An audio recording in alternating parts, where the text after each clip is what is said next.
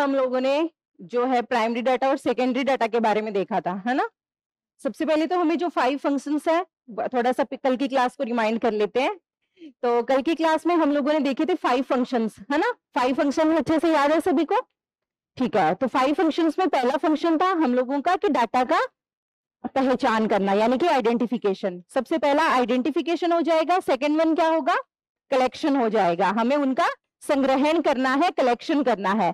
Third one क्या था? Presentation, ठीक है ना। प्रेजेंटेशन में ही अपने जो बेसिक है वो होगा आपका क्लासिफिकेशन और उसके बाद टेबुलेशन यानी कि सारणीयन। तो सारणीयन के बारे में कभी भी पूछे तो वो क्या है? एक प्रेजेंटेशन का मेथड है, ठीक है ना। प्रेजेंट करते हैं हम उसके थ्रू डाटा को। फिर उसके बाद क्या था? एनालिसिस था, और एनालिसिस के बाद क्या था? इंटरप्रिटेशन था, ठीक है। और आंकड़ों में 3 फीचर्स क्या क्या होने चाहिए? सहजातीयता होनी चाहिए, तुलनात्मक होना चाहिए, कंपेरेटिव स्टडी जहां पे की जा सके, और क्या होना चाहिए? संख्यात्मक होना चाहिए, ठीक है। ये 3 चीज पढ़ी थी।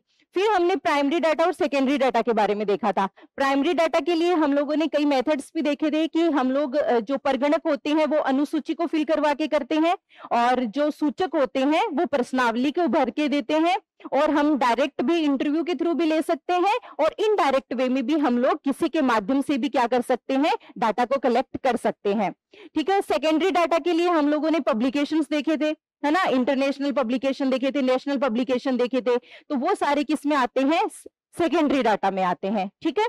तो उसी तरीके से आप लोगों के क्वेश्चन पूछा गया था कि which one of the following is not a secondary source of information, है ना। ये आपके पिछली बार जो 2024 में जो आपका ज्योग्राफी का एग्जाम हुआ था एपी का, उसमें पूछा हुआ था कि निम्नलिखित में से कौन सा सूचनाओं या आंकड़ों का द्वितीयक स्रोत नहीं है, ठीक है। तो इसमें दिखा दिया है कि संगोष्ठियां, मानचित्रावली, जनगणना पुस्तकें और गेजेटियर। तो आपको क्या लग रहा है इसमें? संगोष्ठी या सेमिनार, है ना। सेमिनार में क्या होता है कि सेमिनार में यही होता है कि एक वक्ता रहता है, उसको ऑडियंस सुनती है, तो वो ऑडियंस किसी डायरेक्ट माध्यम से, इनडायरेक्ट वे में नहीं है, वो डायरेक्ट हमारा कम्युनिकेशन होता है। तो यहाँ पे क्या हो जाएगा आंसर? सेमिनार हो जाएगा। तो ये क्वेश्चन ऐसे इसी तरीके के बेसिक वे में ही पूछे जाते हैं, और ऐसे क्वेश्चन पूछे गए हैं, ठीक है। फिर आप लोगों को एक क्वेश्चन पूछा गया था, ये तो अभी पढ़ाऊंगी तब आएगा। ये देखो, आंकड़ों के सारणीयन का सामान्य अर्थ क्या है? ये अपने को आसान लगती है, लेकिन जब हमारे पास में क्वेश्चन पेपर आता है ना, उस टाइम पे हम हड़बड़ाहट में उस क्वेश्चन का आंसर कुछ अलग ही कर देते हैं। जैसे इन्होंने लिखा कि आंकड़ों का सुव्यवस्थित प्रस्तुतिकरण, ठीक है। सेकंड वन इन्होंने लिखा आंकड़ों को छांटना।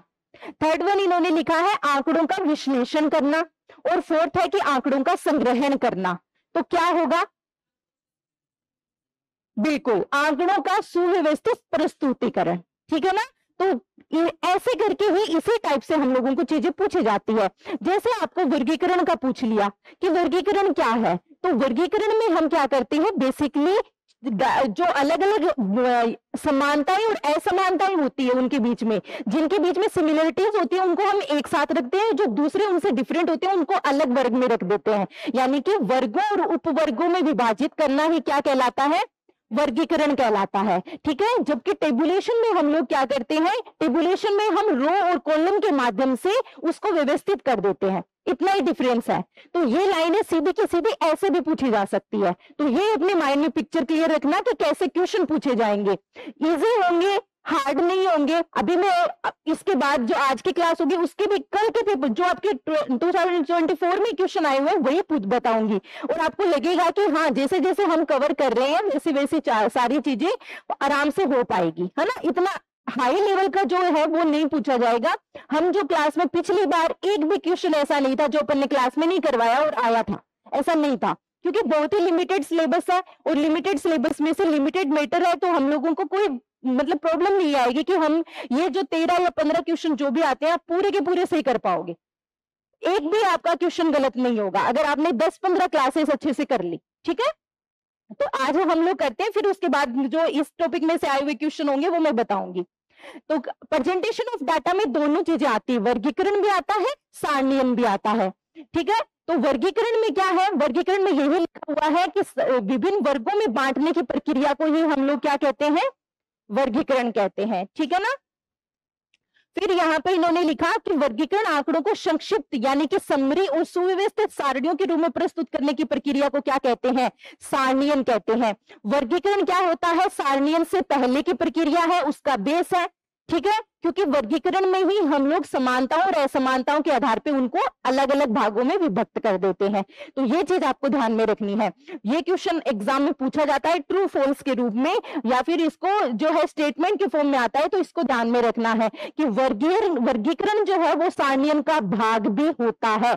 विदाउट वर्गीकरण आप लोग सारणीयन नहीं कर सकते, ठीक है, ये इसका पार्ट भी है, इसका बेस भी है, और विदाउट वर्गीकरण सारणीयन पॉसिबल नहीं है, ठीक है, ये वाली चीज आपको ध्यान में रखनी है। अभी हम आगे चलते हैं। इसमें इन्होंने डिफाइन किया है, कैसे इसको परिभाषित करते हैं कि वर्गीकरण तथ्यों को उनकी समानता, सादृश्यता के अनुसार समूहों या वर्गों में क्रमबद्ध करने की प्रक्रिया है, और इससे व्यक्तिगत इकाइयों में पाए जाने वाले गुणों की एकता प्रकट होती है। एकता प्रकट होने का मतलब यूनिटी का मतलब क्यों हुआ? क्योंकि हम एक साथ एक जैसी चीजों को रखेंगे, ठीक है ना, जिसमें हमें अलग अलग, जैसे मैं अभी आपकी डिवाइड करूं तो मैं बॉयज को अलग, गर्ल्स को अलग करूंगी, है ना, तो बॉयज में अपने आप में सिमिलरिटीज है, गर्ल्स में आपस में सिमिलरिटीज है, इस वजह से हम उनको दोनों को अलग अलग ग्रुप में डिवाइड कर देंगे, ठीक है, बहुत ही बेसिक है। थोड़ा सा लैंग्वेज के रूप में आता है तब हमारे लिए डिफिकल्ट लगता है, अदरवाइज बहुत ही सिंपल बेसिक चीजें हैं ये, ठीक है ना। अब यहाँ पे इन्होंने लिखा है कि इसके वर्गीकरण के गुण होने क्या क्या चाहिए, तो इन्होंने लिखा है कि वर्गीकरण के अंतर्गत एकत्रित समूहों को विभिन्न वर्गों में बांटा जाता है। ये हमें पता ही है, वर्ग तो अलग अलग होंगे, चाहे किसी के आधार पे जो हमारे पास जो हमारा एरिया ऑफ इंटरेस्ट है उसी के अकॉर्डिंग हम लोग क्या करेंगे, उनको डिवाइड करेंगे। वर्गीकरण में समानता तथा सहजातीयता के आधार पर तथ्यों का विभाजन किया जाता है। ये लाइनें जो है ये एज इट इज एग्जाम में आती है, तो आपको इनको इसी वे में याद रखना है, ठीक है, ये एग्जाम स्टेटमेंट जो है इसी तरीके से पूछे जाते हैं।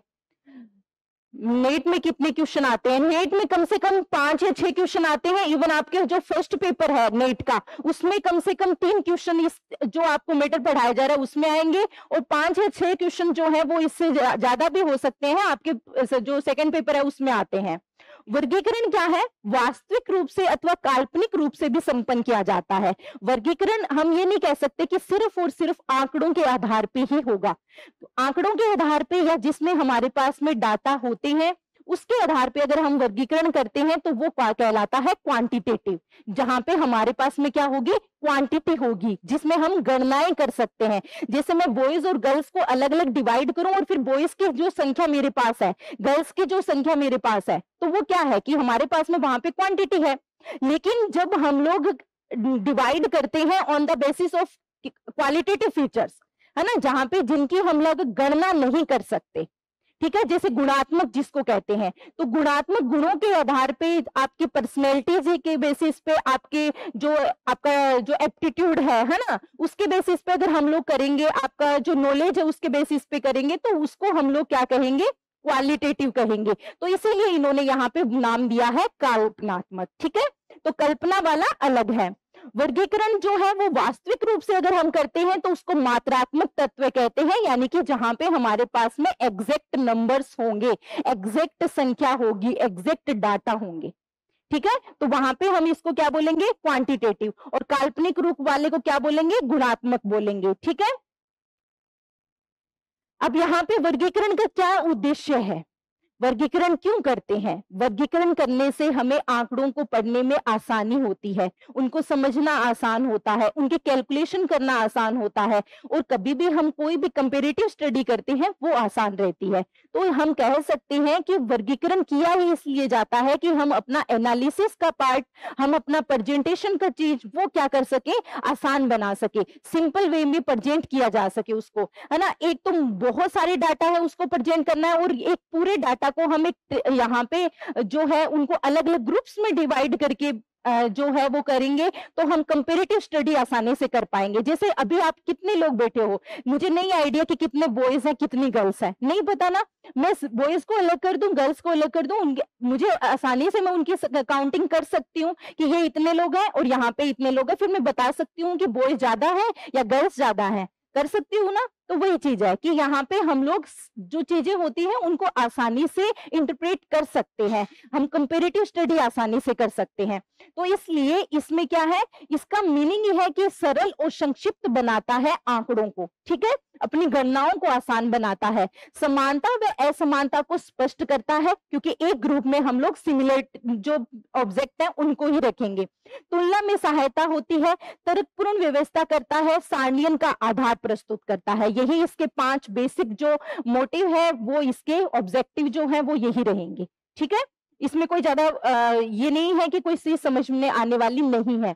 अब बात है कि इसका आइडियल क्लासिफिकेशन होना कैसे चाहिए। ये लाइन आपको सीधा का सीधा 5 या 4 स्टेटमेंट दे देंगे, या फिर इसमें दे देंगे कि जो इनमें से कौन सा इसका आइडियल क्लासिफिकेशन का फीचर्स नहीं है या है, ऐसा पूछ लेगा। तो आपको पता होना चाहिए कि ये क्या होना चाहिए, व्यापकता का गुण होना चाहिए। इसमें ऐसी कोई भी जो आपका ऑब्जेक्ट है या जिसके जो आपका एरिया ऑफ इंटरेस्ट है उसमें से कुछ भी नहीं छूटना चाहिए, कुछ भी नहीं छूटना चाहिए। सब कुछ जो है वो इसमें क्या होना चाहिए, इंक्लूड होना चाहिए। अगर वो इंक्लूड नहीं हो रहा, इसका मतलब आपका क्लासिफिकेशन इनकम्प्लीट है, क्लासिफिकेशन सही नहीं है। यानी कि जो आपके ईच एंड एवरी यूनिट जिसमें भी आप स्टडी कर रहे हो वो इसमें इंक्लूड होनी चाहिए, ठीक है। तो व्यापकता का होना चाहिए, असंदिग्धता व स्पष्टता की बात है। तो यहाँ पे क्या है कि इसको सरल और स्पष्ट होना चाहिए। जब हम समझने बैठे तो हमारे माइंड में ये थॉट नहीं आना चाहिए कि हम अगर इनको क्लासिफाई कर दिए हैं तो क्या एक और ग्रुप, जैसे मैंने बॉयज और गर्ल्स को डिवाइड कर दिया, तो मेरे माइंड में थॉट क्लियर था कि मुझे इनको अलग अलग इस आधार पे करना है। लेकिन फिर भी अगर आपका क्लियर नहीं हो रहा, जैसे में हम बात करते हैं कि हम लोग जो है लिंग के आधार पे डिवाइड कर रहे हैं, तो अगर हमारे माइंड में है कि क्या एक थर्ड जो जेंडर है वो भी हो सकता है यहाँ पे, तो वो चीज हमारे माइंड में अगर है तो उसके लिए एक अलग ग्रुप बनाना पड़ेगा, ठीक है। तो वो चीजें नहीं होनी चाहिए, यानी कि जो क्लियर है वो स्पष्ट है वो होना ही चाहिए, उसमें हमारे माइंड में एक डाउट वाली चीज नहीं होनी चाहिए, ठीक है। तो वो हमारे लिए स्पष्ट और क्या रहेगा, क्लियर रहेगा। अब आती है स्थिरता। स्थिरता भी एक उत्तम वर्गीकरण का तत्व है, जिसमें क्या जांचा जाता है कि जिसमें अगर वर्गीकरण का आधार बदल जाए तो आंकड़े तुलना योग्य नहीं रहते, है ना। अपने का जो बेस है वो क्लियर होना चाहिए। जैसे मैंने अभी मेरा ऑब्जेक्टिव बताया कि मैं किस आधार पर डिवाइड कर रही हूँ, तो वो ऑब्जेक्टिव मेरा क्लियर होना चाहिए। अगर वो क्लियर नहीं है तो इससे अगर स्थिरता या उसका जो आधार अलग नहीं रहेगा, तो आधार बदल जाएगा तो उसके जो जिस चीज की हम स्टडी करना चाहते हैं वो नहीं रहेगी, ठीक है। फिर उसमें अनुकूलता होनी चाहिए, वर्ग रचना अनुसंधान के उद्देश्य अनुकूल होनी चाहिए, जो हमारा ऑब्जेक्टिव है उसके अकॉर्डिंग ही होना चाहिए। सहजातीयता होनी चाहिए। सहजातीयता यानी कि प्रत्येक जो यूनिट या प्रत्येक वर्ग जो हम लेके चल रहे हैं उसके अंदर सारे के सारे सिमिलर ऑब्जेक्ट होने चाहिए, डिफरेंट नहीं होना चाहिए। यानी कि होमोजेनिटी को हमें मेंटेन करना है, तभी हम उनको अलग अलग वर्ग या उपवर्ग में डिवाइड कर सकते हैं, ठीक है। तो ये इसके फीचर्स रहे। अभी यही जो चीज मैंने आपको बताई थी, गुणात्मक वर्गीकरण और वर्णात्मक वर्गीकरण, ये क्वालिटी के बेसिस पे होता है। संख्यात्मक या अंकात्मक वर्गीकरण है, ये संख्या या आंकड़ों के आधार पे होता है, ठीक है। ये सिंपल सी चीज है, कोई इसमें ज्यादा दिक्कत वाली चीज आएगी नहीं आपको। फिर अगर अपन बात करते हैं सारणियन की, सारणियन में से अभी हमने देखा कि एक क्वेश्चन पूछा गया था एग्जाम में और एक क्वेश्चन और आया था जो मैं अभी आपको बताऊंगी। सारणी जो होती है, सारणी का सिंपली एक लैंग्वेज लिख के आता है कि रो या जो आपका रो या कॉलम में जो डिवाइड करना है उसी को ही हम क्या कहते हैं, सारणी कहते हैं। सारणी का प्रत्येक भाग आपको पता होना चाहिए कि सारणी में सबसे ऊपर क्या आता है, उसके बाद में क्या लिखा जाता है, रो के जो शीर्षक होते हैं उसको क्या कहते हैं, कॉलम का जो शीर्षक होता है उसको क्या कहते हैं, क्योंकि ये एग्जाम में क्वेश्चन पूछे जाते हैं। तो यहाँ पे इन्होंने लिखा है कि सारणियन जो होती है वो क्या होती है, वर्गीकरण के पश्चात होने वाली क्रिया है। वर्गीकरण कर दिया, क्लासिफिकेशन कर दिया, क्लासिफिकेशन के बाद में हम डाटा को रिप्रेजेंट करेंगे किसके माध्यम से, सारणियन के माध्यम से, ठीक है। तो वो हो जाएगा जिसके अंतर्गत विभिन्न प्रकार के समकों को, ये देखो सिंपल लाइन लिखी हुई है, खानों या पंक्तियों के रूप में क्रमबद्ध व्यवस्था की जाती है, ठीक है। रो और कॉलम में डिवाइड करने की सिंपल प्रक्रिया को ही हम क्या कहते हैं, सारणियन कहते हैं। यहाँ पे देखो इसमें क्या लिखा है कि सारणियन जो है वो वर्गीकरण से कैसे डिफरेंट है, है ना। तो इनका एक तो क्रम डिफरेंट है। कैसे बोलेगा वो कहेगा कि पहले सारणी नहीं बना सकते वर्गीकरण के बिना, यानी कि वर्गीकरण क्या होगा, पहले होगा और सारणी उसके बाद बनेगी, तो दोनों का क्रम भिन्न है। फिर इन्होंने कहा कि वर्गीकरण सांख्यिकी विश्लेषण की एक विधि है ना। जबकि यहाँ पे आपको ये लाइन जो है ये एग्जाम में पूछी हुई है, याद रखना ये लाइन बहुत इंपॉर्टेंट है। यहाँ पे क्या है कि विश्लेषण कैसे किया, तो विश्लेषण की शुरुआत हमने वर्गीकरण में कर चुके हैं, है ना। जैसे मैं अब आप लोगों को डिवाइड करने वाली बात पे आ जाती हूं, तो अगर मैं मेरी स्टडी करूं बाद में कि बॉयज के मार्क्स ज्यादा है या गर्ल्स के मार्क्स ज्यादा है, या इनका जो लर्निंग पावर अच्छी है या इनकी लर्निंग पावर अच्छी है, तो मेरे माइंड में सबसे पहले मैं क्या करूंगी, आप लोगों को डिवाइड ही तो करूंगी, उसके बाद ही मैं सारी चीजें डिसाइड करूंगी। तो वही चीज है कि यहां से हमारे विश्लेषण की शुरुआत हो जाती है। वर्गीकरण जब हम करते हैं तो ये एक टाइप का एनालिसिस ही है। हालांकि जो स्टैटिस्टिकल एनालिसिस के जो अलग अलग टूल्स हैं, जैसे हम लोग ये जो कोरिलेशन पढ़ते हैं, सेंट्रल टेंडेंसी यानी कि मीन मोड मीडियन पढ़ते हैं, वो चीजें अलग है ना। वो हमारा क्या बताता है, एक हमें स्टैटिस्टिकल एनालिसिस देता है। लेकिन यहाँ पे वर्गीकरण को हम सांख्यिकी विश्लेषण की एक विधि बोलेंगे, जबकि सारणियन को क्या बोलेंगे, ओनली प्रेजेंटेशन का माध्यम बोलेंगे। क्योंकि सिर्फ सारणी बनाकर तो हम क्या कर रहे हैं, डाटा को प्रेजेंट कर रहे हैं, चीजों को आसान बनाने के लिए, गणनाओं को आसान बनाने के लिए कर रहे हैं। ठीक है, तो ये लाइन एग्जाम में पूछी हुई है एज इट इज, ठीक है ना। ट्रू या फॉल्स के रूप में पूछ सकता है, या पूछ सकता है कि क्या ये स्टेटमेंट जो है 3 या 4 स्टेटमेंट दे देगा, उनमें से कौन सा स्टेटमेंट सही है, सीधा करके पूछ सकता है। ठीक है, तो वर्गीकरण जो होता है वो सांख्यिकी विश्लेषण की एक विधि होती है, जबकि सारणियन जो होता है वो क्या है, प्रस्तुतिकरण का एक माध्यम है, एक विधि है। वर्गीकरण में संकलित समकों को उनके समान या असमान गुणों के आधार पर वर्गों में बांटा जाता है, जबकि सारणियन में उन वर्गीकृत तथ्यों को खानों तथा पंक्तियों के माध्यम से क्या किया जाता है, प्रस्तुत किया जाता है। अब देखो यहां पे लिखा, सारणियन वर्गीकरण का यंत्रात्मक भाग है। समझे ये चीज कि इस वर्गीकरण में भी हमने क्या किया, मेल फीमेल को अलग करके रख रहा, लेकिन सारणी में मैंने कॉलम बना दिए कि टोटल नंबर्स इतने थे, बॉयज इतने हैं, गर्ल्स इतनी है ना, तो वो मैंने टेबल बना दी। तो यहाँ पे हम कहेंगे कि सारणियन जो होता है वो वर्गीकरण का यंत्रात्मक भाग है। ये चीज हुई कि वर्गीकरण को अगर हम यंत्रात्मक भाग, इसलिए सारणियन को यंत्रात्मक भाग इसलिए कहते हैं क्योंकि उसमें हमने डाटा को डिवाइड किया और इस तरीके से डिवाइड किया कि हमारा प्रेजेंटेशन अच्छा हो गया। ठीक है, तो ये लाइन अपने माइंड में रखना कि ये एक्चुअल में सारणियन वर्गीकरण का यंत्रात्मक भाग होता है। वर्गीकरण की क्रिया में समकों को वर्गों या उपवर्गों में बांटा जाता है, जबकि सारणियों में व्युत्पन्न समकों जैसे प्रतिशत अनुपात ये भी है, और इसमें रो कॉलम में भी डिवाइड किया जाता है। ये मैं आगे बताऊंगी कि परसेंटेज में कब लेते हैं या फिर हम फ्रैक्शन में कब लेते हैं, वो अलग अलग टाइप ऑफ टेबल हम पढ़ेंगे तब बताएंगे। ठीक है, अब देखो यहाँ पे ये सबसे इंपॉर्टेंट चीज है जो इसके पार्ट है, इस पे क्वेश्चन आपको पूछे जाते हैं। सबसे पहले अगर हम यहाँ पे बात करें तो सारणी का क्रमांक आता है। आपको पता है जब भी आप कोई भी जो बुक पढ़ते हो उसमें आपको अच्छे से लिखा हुआ होता है कि ये सारणी है, ये सारणी का नंबर है ना। जैसे जैसे सेकंड चैप्टर है तो सेकंड चैप्टर का पहला अगर सारणी आएगी तो 2.1 लिखा हुआ होगा, फिर उसके बाद में उसका शीर्षक आएगा कि किसके रिगार्डिंग है ये, है ना। तो सारणी का क्रमांक, उसका शीर्षक जो यहाँ पे मिलेगा, फिर यहाँ पे आता है पंक्ति का शीर्षक, है ना। पंक्ति का शीर्षक, पंक्ति के शीर्षक को क्या कहते हैं, स्टब्स। क्या कहते हैं, स्टब्स कहते हैं। ये लिख लो अगर नहीं लिखा हुआ तो, ठीक है। और कॉलम के शीर्षक को क्या कहते हैं, कैप्शन। क्या कहते हैं, कैप्शन।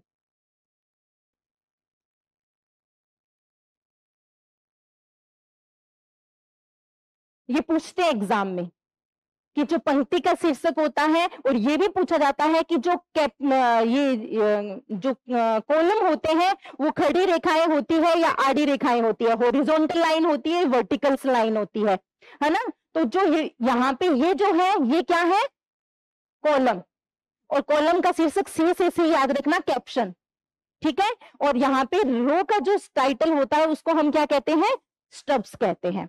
ठीक है, ये वाली चीज आ जाएगी। और यहाँ पे जो अपना कॉलम है उनका एडिशन जो टोटल होगा वो नीचे लिखा जाएगा सबसे एंड में यहाँ पे, जबकि रो का जो एडिशन है टोटल होगा वो कहाँ लिखा जाएगा, लेफ्ट साइड में, ठीक है, राइट साइड में, ठीक है ना। फिर यहाँ पे एक आता है टिप्पणी। टिप्पणी को कहते हैं क्या? फुटनोट। सबसे लास्ट में आता है फुटनोट, ठीक है ना। ये यहाँ पे पूछते हैं कि फुटनोट कहाँ लिखा जाता है, तो हमें बताना है कि सबसे नीचे वाले में, सबसे नीचे हम लोगों को टिप्पणी जो होती है वहां पे, वही उसको क्या कहते हैं? फुटनोट कहते हैं। वो हमें लिखते हैं नीचे, सबसे लिखते हैं सोर्स, कहां से हमने ये डाटा लिया है। सोर्स हमेशा नीचे मेंशन होगा। अच्छी बुकलेट जो होती है, ऑथराइज्ड बुक होती है, आप उसमें जाके देख सकते हो कि नीचे अपने को सोर्स दिया होता है कि हमने यहां से ये मैटर उठाया है।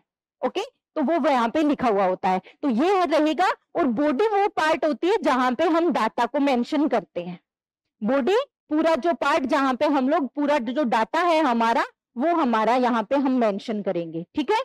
तो कितने पार्ट हो गए? सबसे पहले सारणी क्रमांक आया, सारणी का शीर्षक यानी कि टेबल का जो टाइटल है वो यहाँ आएगा, रो आए, यहाँ पे रो आएगी, यहाँ पे कॉलम आएंगे, रो का शीर्षक आएगा, उसका पंक्ति का शीर्षक, स्तंभ का शीर्षक आएगा, है ना। फिर इनके अनुशीर्षक, जिसको हम बोल सकते हैं कि इसका जो सब टाइटल होता है ना, ये तो इसका रो का जो शीर्षक का टाइटल आ जाएगा। यहाँ पे जो आपका स्तंभ है या फिर जिसको कॉलम कहते हैं उसका टाइटल आ जाएगा। और यहाँ पे इनके सब टाइटल्स भी बनाने पड़ते हैं कई बार अपने को, है ना, तो वो इनके सब टाइटल्स यहाँ पे आ जाएंगे। तो ये पूरा का पूरा आपका टेबल बनाने का टेबल के पार्ट हो जाएंगे, ठीक है। हाँ, अब आपको पूछते हैं टाइप ऑफ टेबल, ठीक है। टाइप ऑफ टेबल में हमारे पास में क्या होते हैं? उद्देश्य के आधार पे हम लोगों को देखना है पहला कि कितना होता है। एक होता है सामान्य उद्देश्य वाली सारणी। सामान्य उद्देश्य वाली सारणी में लिख लो, ये इसको रेफरेंस टेबल कहते हैं, ये ध्यान में रखना है। इसको क्या कहते हैं? रेफरेंस टेबल कहते हैं, जिसकी सहायता से हम जो चीजें अपने लिए, स्टार्टिंग में जब भी कोई बुक खोलते हैं सबसे पहले अपने को क्या मिलता है? रेफरेंस टेबल मिलती है। उसके माध्यम से हम जाते हैं कि इतने नंबर पेज पे ये चीज मिलेगी, होता है ये। तो ये चीजों को क्या बना देती है? जो चीजें हम पढ़ना चाहते हैं, जिसका हम अध्ययन करना चाहते हैं, उसको आसान बना देती है, ठीक है। तो इसको हम रेफरेंस टेबल भी कहते हैं। ओके, ये ध्यान में रखना है। उद्देश्य के आधार पे दो तरीके की होती है, एक होती है सामान्य उद्देश्य वाली सारणी और एक होती है विशेष उद्देश्य वाली सारणी, ठीक है। सामान्य उद्देश्य वाली सारणी को संदर्भ सारणी या रेफरेंस टेबल कहा जाता है। ओके, ये लाइनें एज इट इज यूं ही पूछी जाएगी, दिमाग में रखना। विशेष उद्देश्य वाली सारणी में क्या होता है? इसमें हमारे पास में जो डाटा होते हैं उनको हम लोग क्या करते हैं? थोड़ा सा समराइज कर देते हैं, है ना। पूरा डिटेल में नहीं देके थोड़ा सा समराइज कर देते हैं, जो उद्देश्य हमारा उसमें निहित है कि ये उद्देश्य था, इस उद्देश्य के आधार पे हमने उसको क्या कर दिया, एक पर्टिकुलर जो ग्रुप या किस्में में जो है वो हम डिवाइड करके उसको लिखते हैं, ठीक है। फिर आता है मौलिकता। मौलिकता के आधार पे क्या है? एक आपने सिंपल जो डाटा लिए उनको एज इट इज उसी के फॉर्म में रख दिया, ठीक है। या फिर हम उनका क्या करते हैं? मॉडिफाई कर देते हैं, जैसे उनको परसेंटेज में कन्वर्ट कर दिया। जैसे अब हमारे पास में जो जनसंख्या के आंकड़े आते हैं, तो प्रत्येक गांव में हमें ये हर जगह ये नहीं मिलता कि इस गांव में इतनी पॉपुलेशन है ना, या फिर इतने इस गांव में इतने फीमेल है, इतनी मेल है।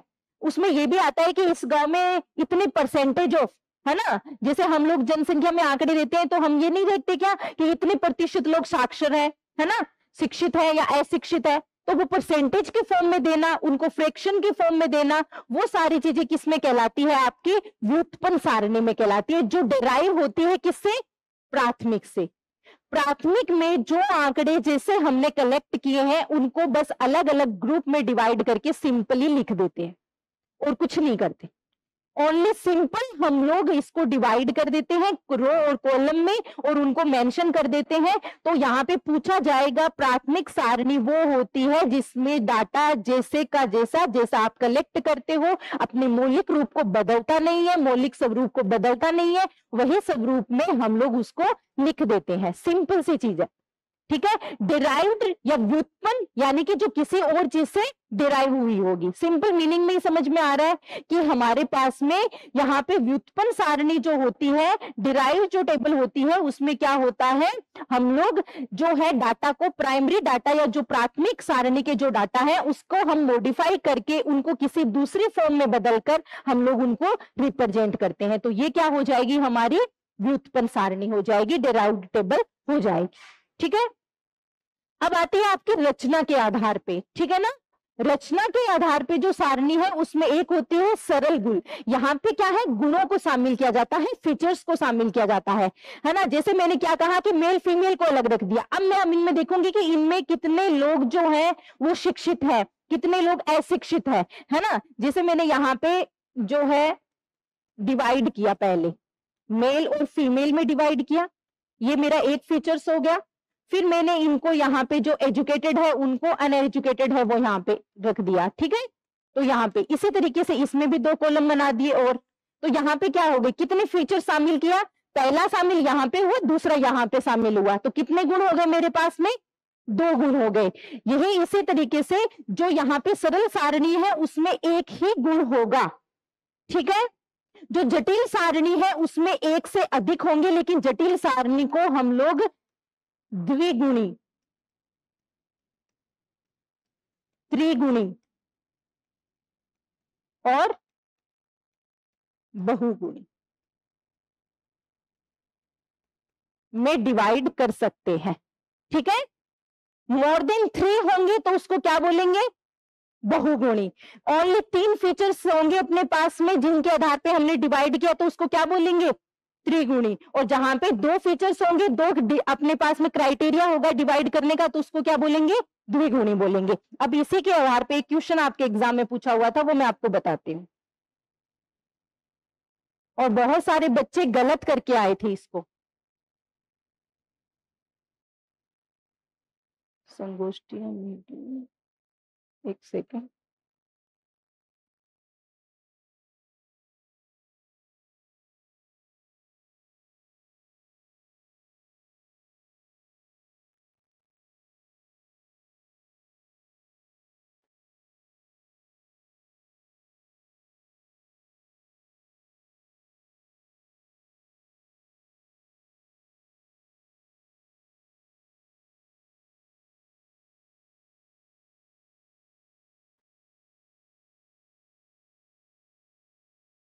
देखो ये क्वेश्चन, देखो यहाँ पे ये क्वेश्चन आया था एज इट इज।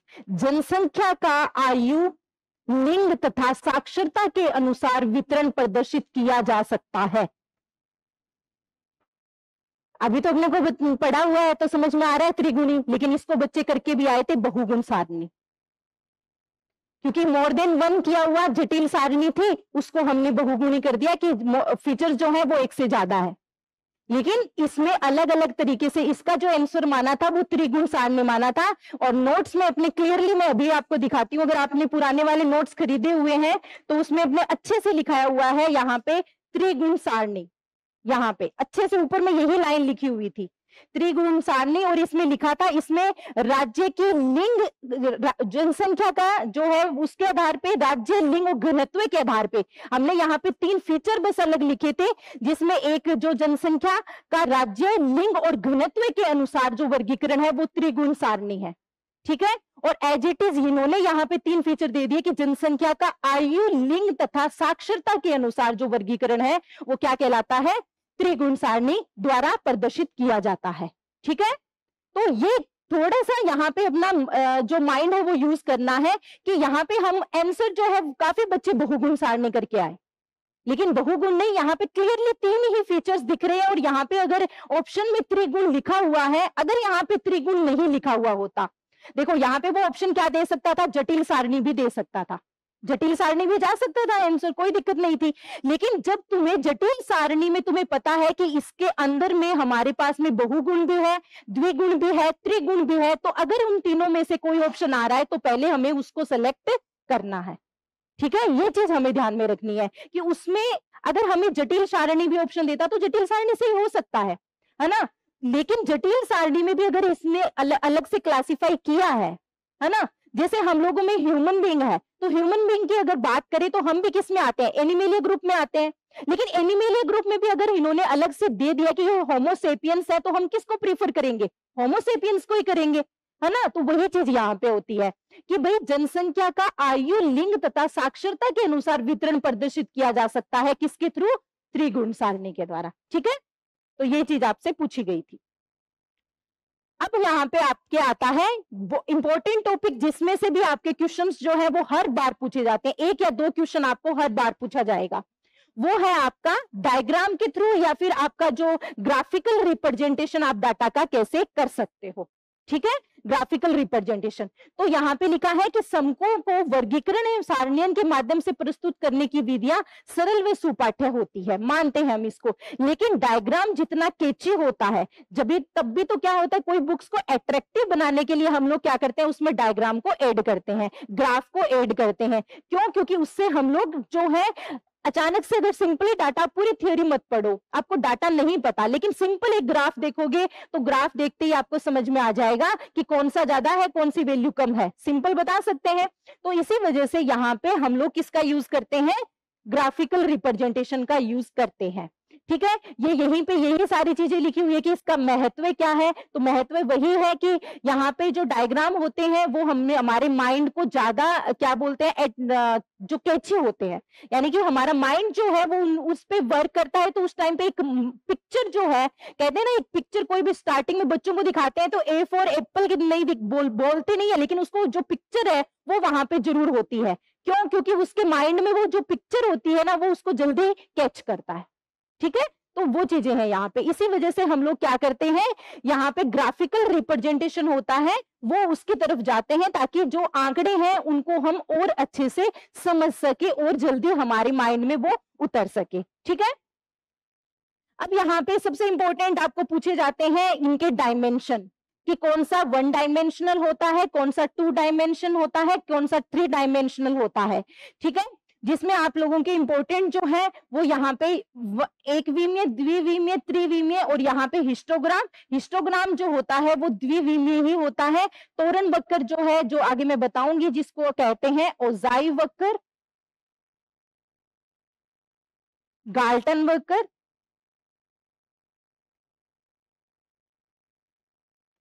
और इसको कहते हैं संचयी आवर्ती वक्र।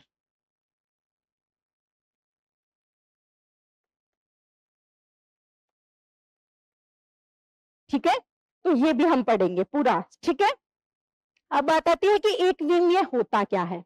एक विमीय की बात करें तो हम बात करते हैं 1 डायमेंशन, यानी कि जहां पे ओनली 1 डायमेंशन वेरिएबल होगा, यानी कि वहां पे हम लोग एरिया की बात नहीं करेंगे, सिर्फ और सिर्फ क्या बात करेंगे कि उसके जो हम डायग्राम के थ्रू बताएंगे, तो हम बताएंगे कि सिर्फ एक ही डायमेंशन जो है उसका वेरी कर रहा है, 2 डायमेंशन में चेंजेस नहीं हो रहे। जैसे कैसे बताएंगे, देखो यहाँ पे सिंपल मैंने डायग्राम बनाया,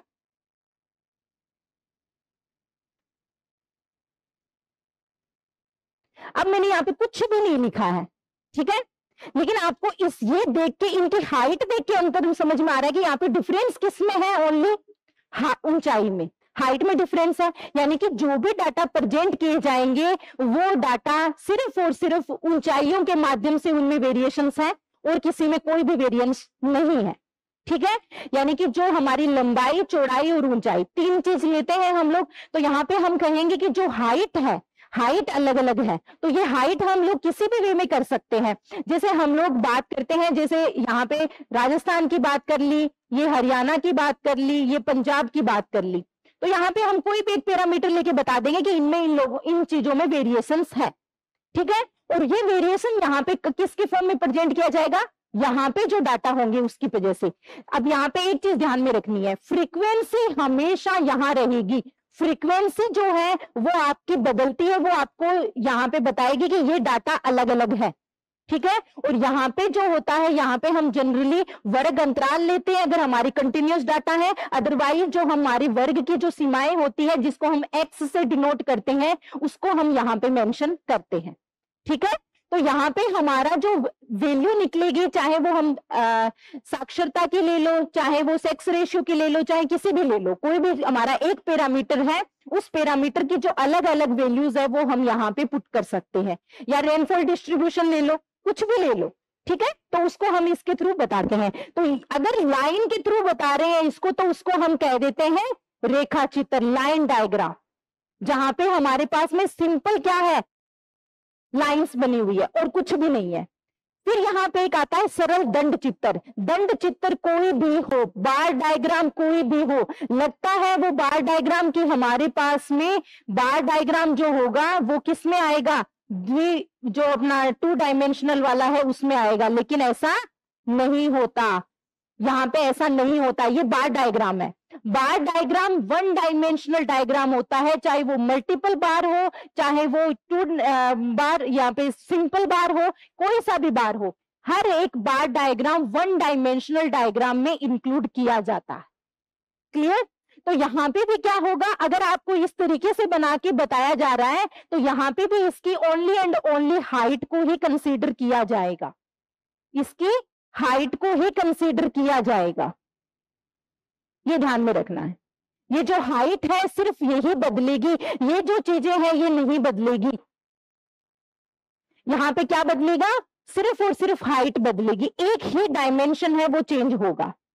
तो आपको ये भी ध्यान में रखना है, ये क्वेश्चन बहुत बार एग्जाम में पूछा जाता है कि जो आपका मल्टीपल, वो क्या करते हैं, सिंपल बार डायग्राम बोलोगे तो फिर भी बच्चा 1 डायमेंशनल करके आ जाता है, लेकिन मल्टीपल बार डायग्राम नाम आते ही वो क्या सोचता है कि यार मल्टीपल बार तो इसमें नहीं होना चाहिए।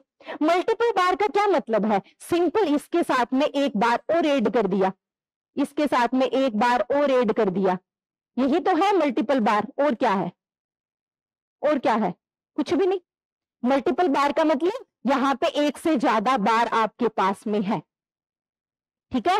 जैसे हम यहाँ पे बात करते हैं राजस्थान में तो फीमेल इतनी है, मेल इतने हैं, दूसरे स्टेट की बात करें तो मेल फीमेल इतनी है, अलग अलग करके डिवाइड कर दो, तो वही चीज है। मल्टीपल बार भी किस में आएगा, 1 डायमेंशन में आएगा, ठीक है। फिर यहाँ पे घटक दंड नाम लगते ही आपके माइंड में कोई भी डाउट नहीं लेके आना, दंड चित्र कोई भी हो, सारे के सारे क्या होते हैं, 1 डायमेंशनल होते हैं, ठीक है। विचलन दंड चित्र, घटक दंड चित्र, बहुदंड चित्र, सरल दंड चित्र, तो ये सारे के सारे, जिसमें यहाँ पे लिखा हुआ है इंग्लिश में इसको कंपोनेंट बार डायग्राम कहते हैं, डेविएशन बार डायग्राम कहते हैं, मल्टीपल बार डायग्राम कहते हैं, ये सारे के सारे किस में इंक्लूड होते हैं, 1 डायमेंशनल में इंक्लूड होते हैं, ठीक है। अब यहाँ पे लाइन डायग्राम का अलग से बताया है। अब यहाँ पे देखो सरल दंड चित्र की बात की गई है कि इसमें गैर बारंबारता और बारंबारता वाले चरों को दर्शाया जा सकता है। बारंबारता सिंपली किसको बताती है, फ्रीक्वेंसी को बताती है, ठीक है ना। बारंबारता जिनकी दी हुई है उनको भी रख सकते हैं, जिनकी बारंबारता नहीं दी हुई उनको भी रख सकते हैं, ठीक है। दोनों को ही इसके थ्रू रिप्रेजेंट किया जाता है, ठीक है। ये वाला चीज बहुदंड चित्र मैंने अभी आपको बताया, जिसमें आपके इस तरीके से एक से ज्यादा बार यहाँ पे शामिल होंगे, उसको हम क्या कहेंगे, मल्टीपल, ठीक है, मल्टीपल बार डायग्राम कहेंगे। देखो यहाँ पे अब आता है 2 डायमेंशन। 2 डायमेंशन में मैं पहले ही बता देती हूँ कि 2 डायमेंशन में होगा क्या। 2 डायमेंशन का सबसे इंपॉर्टेंट एग्जाम्पल आप लोगों के पास है हिस्टोग्राम। क्या है, हिस्टोग्राम। देखो यहाँ पे ये बनता है हिस्टोग्राम। बार डायग्राम और हिस्टोग्राम जो है इन दोनों में क्या सिमिलरिटीज होती है, ये बार इसमें भी है, बार उसमें भी है, ये एक प्रकार का बार डायग्राम ही होता है। लेकिन बार डायग्राम क्या है, 1 डायमेंशन है, उसमें सिर्फ और सिर्फ किसको हम इंक्लूड करते हैं, हाइट के वेरिएशन को ही, एक ही डायमेंशन को लेते हैं। लेकिन यहाँ पे जो इसका एरिया है,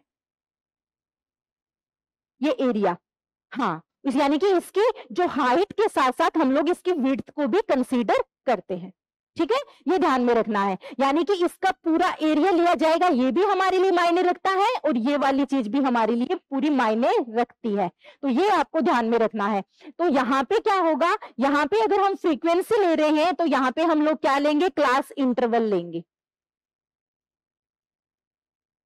क्या लेंगे, यहाँ पे क्लास इंटरवल लेंगे।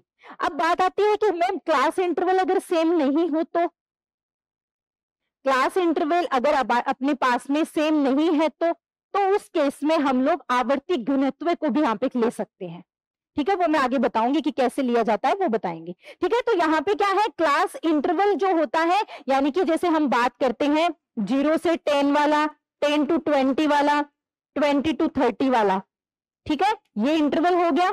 और यहाँ पे हमारी फ्रीक्वेंसीज जो है वो इसकी क्या रहेगी कि ये 5 बच्चे हैं, ये 10 है, चाहे है ना। फिर यहाँ पे ये 15 है, तो इस तरीके से हो जाएगा। लास्ट वाले में हम लोग कह देंगे कि ये भी कितना है, 5 है, 30 से 40 वाले। तो इस तरीके से हम इसका जो ग्राफ है वो बनाएंगे। ओके, तो यहाँ पे 2 डायमेंशन को क्या कहते हैं, एरिया ग्राफ भी कहते हैं, क्योंकि यहाँ पे हम लोग किसको कंसीडर कर रहे हैं, एरिया को, है ना, क्षेत्रफल को, क्षेत्रफल लेंगे यहाँ पे, ठीक है, वो रहता है। फिर आपको एक चीज पूछी जाती है कि जो पॉलीगॉन होता है वो हम लोग क्या बनाते हैं, कहाँ पे बनाते हैं, तो इनका जो मिडिल पॉइंट होता है वो इस पे भी हो सकता है, लाइन डायग्राम भी हो सकता है, इनके मिडिल पॉइंट को जोड़ते हुए सिंपली इस तरीके से जो स्टार्टिंग बेस से शुरू होता है वापस से सभी के मिडिल पॉइंट को मिलाते हुए वापस अपनी एक्सिस पे लौट जाता है। तो ये टाइप का क्लोज्ड डायग्राम है। और जो हमारे हिस्टोग्राम पूछा जाएगा ये क्वेश्चन कि पॉलीगॉन जो होता है वो किस पे ड्रॉ किया जाता है, तो जनरली हिस्टोग्राम पे ही ड्रॉ किया जाता है पॉलीगॉन, ठीक है। मिडिल पॉइंट ऑफ दिस बार, ठीक है, middle point of any bar of histogram जो है उसको हम लोग क्या करेंगे, मिडिल पॉइंट को चूज करेंगे और इन मिडिल पॉइंट को हम लोग बिना पेन उठाए स्टार्टिंग में चलते हुए मिडिल पॉइंट को मिलाते हुए वापस लौट जाएंगे। टाइप का क्लोज डायग्राम हमारे पास में होगा और उस क्लोज डायग्राम को ही हम क्या कहते हैं, फ्रीक्वेंसी पॉलीगॉन कहते हैं, ठीक है। तो यहाँ पे देखो ये इंपॉर्टेंट है, यहाँ पे लिखा हुआ है कि द्विविमा चित्रों में दंड की लंबाई के साथ साथ चौड़ाई को भी क्या दिया जाता है, महत्व दिया जाता है, ठीक है। इसको क्षेत्रफलीय चित्र भी कहा जाता है। द्विविमा चित्रों में निम्न चित्रों को शामिल किया जाता है, वो ये बताएगा कौन कौन से। पहला आता है रेक्टेंगल डायग्राम। ये रेक्टेंगल कभी भी आपको नहीं मिलेगा, हिंदी में आयत चित्र लिखा हुआ मिलेगा और आपको हिस्टोग्राम लिखा हुआ मिलेगा, ठीक है। तो यहाँ पे देखो सतत श्रेणी में बहुलक के मान को प्रदर्शित करने हेतु इसका यूज किया जाता है। अब आपको कैसे निकलता है बहुलक, तो आप देखो, आपको पता है बहुलक होता कौन सा है, मोड पता है आपको कौन सा होता है, जिसकी फ्रीक्वेंसी सबसे ज्यादा होती है, जो जितनी ज्यादा बार आता है वही क्या बन जाता है, बहुलक बन जाता है। तो यहाँ पे हम देख रहे हैं कि किसकी फ्रीक्वेंसी सबसे ज्यादा है, किसकी, 20 से 30 वाले की। तो बहुलक किसके बीच से आएगा, 20 से 30 के बीच में ही आएगा। बहुलक 15 नहीं होगा, ये गलती मत कर देना, बहुलक 15 नहीं होगा। कई बार बच्चे जल्दबाजी में ये भी गलती कर देते हैं कि बहुलक 15 करके आ गए, बहुलक 15 नहीं होगा। 15 तो उसकी फ्रीक्वेंसी बता रहा है कि वो कितनी बार आया है ना। तो वहां पे क्या हो जाएगा कि बहुलक की हमें पता चल गया, ये तो पता चल गया कि इसके बीच में से ही आएगा, लेकिन क्लियर नहीं पता चला। तो अगर हम लोग इसको सही से ग्राफ में अगर रिप्रेजेंट करते हैं ना, तो यहां से एक लाइन ड्रॉ की जाती है इस तरीके से इस तरफ, और यहां से ये लाइन ड्रॉ की जाती है इस तरफ, और जहां जिस बिंदु पर ये कटते हैं उस बिंदु को ही क्या कहते हैं, बहुलक कहते हैं, ठीक है ना। पहले वाले की जो अपर लिमिट है और इस वाले की को ऐसे मिलाएंगे, इस वाले को ऐसे मिलाएंगे, और दोनों जहां पे लाइनें कटेगी वही बिंदु क्या कहलाएगा, बहुलक कहलाएगा, ठीक है ना। तो यहाँ पे क्या हो जाएगा, ये बहुलक होगा। बहुलक कहाँ पे मिलेगा, जहां पे हमारे ये इंटरवल लिखा हुआ है उस एक्सिस पे मिलेगा। मैम रिकॉर्डेड क्लास है क्या, रिकॉर्डेड क्लास नहीं है रिकॉर्डेड नहीं है भाई, ठीक है ना। तो यहाँ पे आप लोगों को ध्यान में रखना है ये वाला चीज, तो यहाँ पे कंटिन्यूस रहेगा, ये ध्यान में रखना है। जैसे बार डायग्राम में क्या था, बीच बीच में स्पेसेस थी, है ना, इक्वल स्पेस होता है, ये भी ध्यान में रखना है कि जो प्रत्येक बार है उसकी चौड़ाई सेम रहती है और जो उनके बीच का स्पेस है वो भी क्या रहता है, सेम रहता है। जैसे हम लोग ने 1 डायमेंशन की बात की थी तब, इसमें क्या है, इनके बीच में जो ये गैप है, ये वाला जो गैप है, ये वाला जो गैप है, अलग अलग बार के, ये वाला यहाँ पे ये जो गैप बचा हुआ था, यहाँ पे इसके बीच में ये गैप जो बचा हुआ था, यहाँ पे ये जो गैप बचा हुआ था, ये सेम रहता है, और इनकी जो चौड़ाई है वो भी क्या रहती है, सेम रहती है, ठीक है ना। लेकिन जो हमारा हिस्टोग्राम की बात करते हैं तो हिस्टोग्राम कंटिन्यूअस है, यहाँ पे बीच में कोई स्पेस नहीं होता, ओके। अब यहाँ पे 2 डायमेंशन में हम लोग वर्ग चित्रों को भी शामिल करते हैं। वर्ग चित्र जनरली आपने डिफरेंट टाइप ऑफ ग्राफ होते हैं जिसमें इस तरीके से यहाँ पे रेक्टेंगुलर बना हुआ है, इस तरीके से, वहां पे रेक्टेंगुलर नहीं बन के यहाँ पे स्क्वायर बनेगा इस तरीके से, ठीक है ना। यहाँ पे स्क्वायर बनेगा, बस इतना ही होता है। वर्त चित्र या पाई चार्ट के बारे में तो आपको बहुत अच्छे से पता है, बहुत सारे आंकड़े जो होते हैं पाई चार्ट की फॉर्म में आपको रिप्रेजेंट करके दिए जाते हैं ना। पाई चार्ट यही है, इसमें भी आपका एरिया ही बताएगा, एरिया ही जो होता है, क्षेत्रफल होता है, वही आपका गणना करने लायक होता है, वही तुलना करने लायक होता है। तो यहाँ पे कभी कभार आपको ये जो याद रखना, ये पूरा का पूरा एंगल कितना होता है 360 डिग्री, ठीक है, 360 डिग्री होता है। तो आपको पूछ लेता है कई बार कि ये इसकी वैल्यू जो है वो x है, ठीक है, टोटल वैल्यू आपको 1200 दे दी, टोटल वैल्यू कितनी दे दी 1200 दे दी, और पूछ लिया कि इसका मान कितना होगा, कैसे निकालोगे?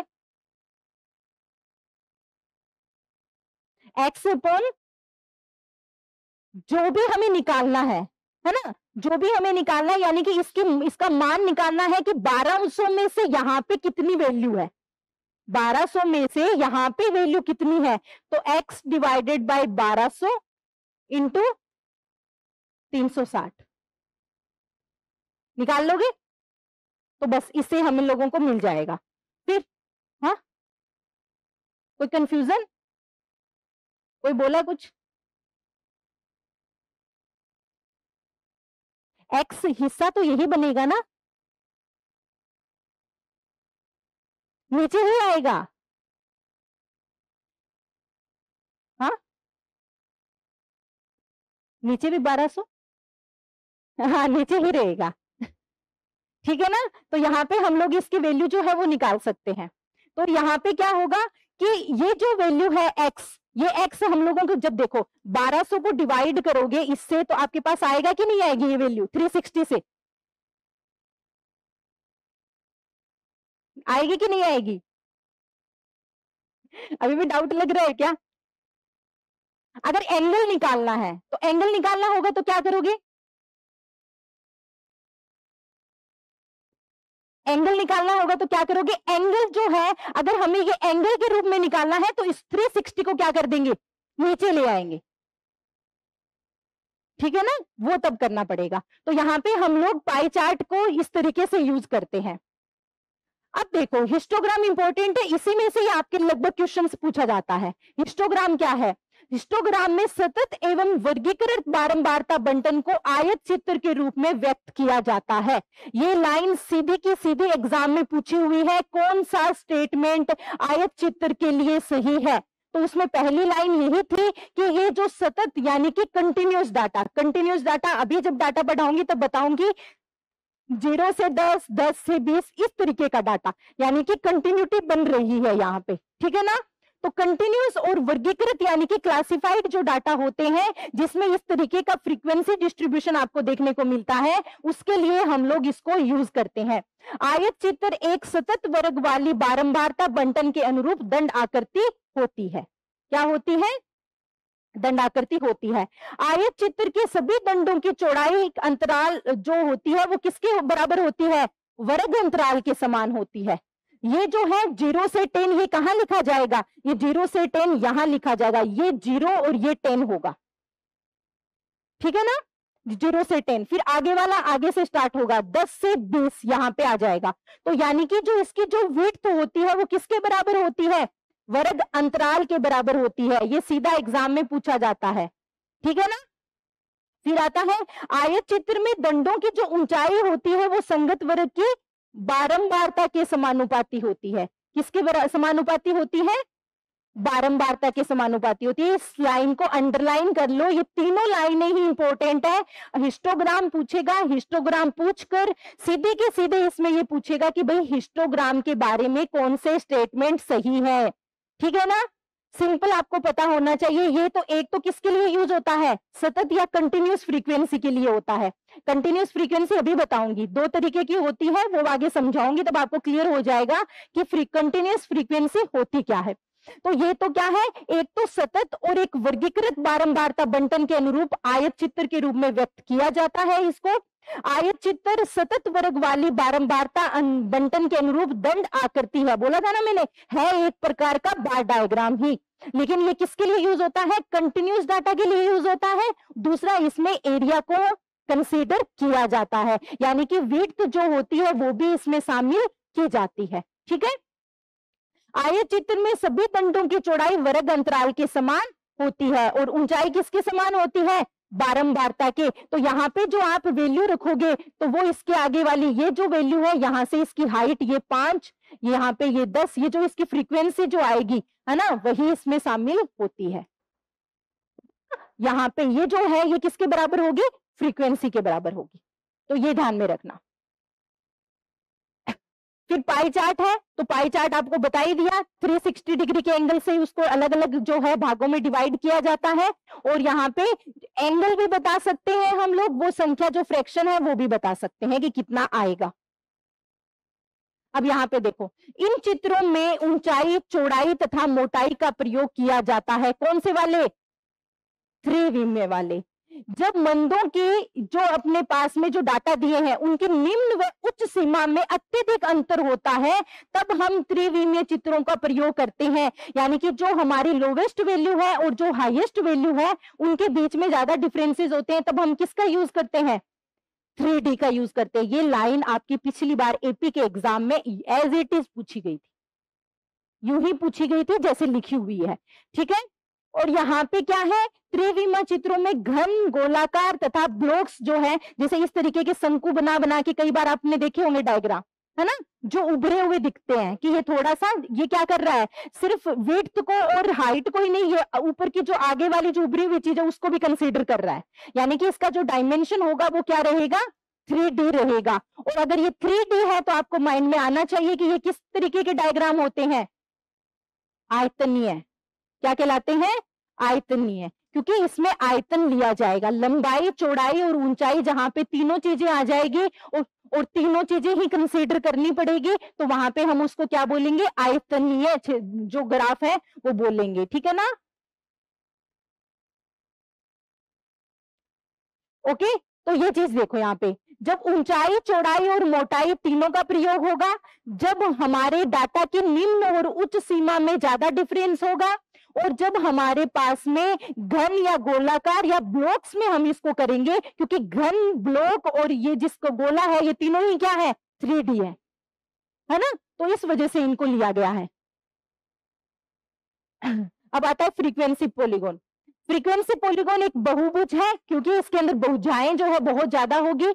यहाँ पे लिखा हुआ है देखो, एक आयत चित्र में शीर्ष आयतों के मध्य बिंदुओं को एक रेखाखंड से जोड़ने से प्राप्त होता है।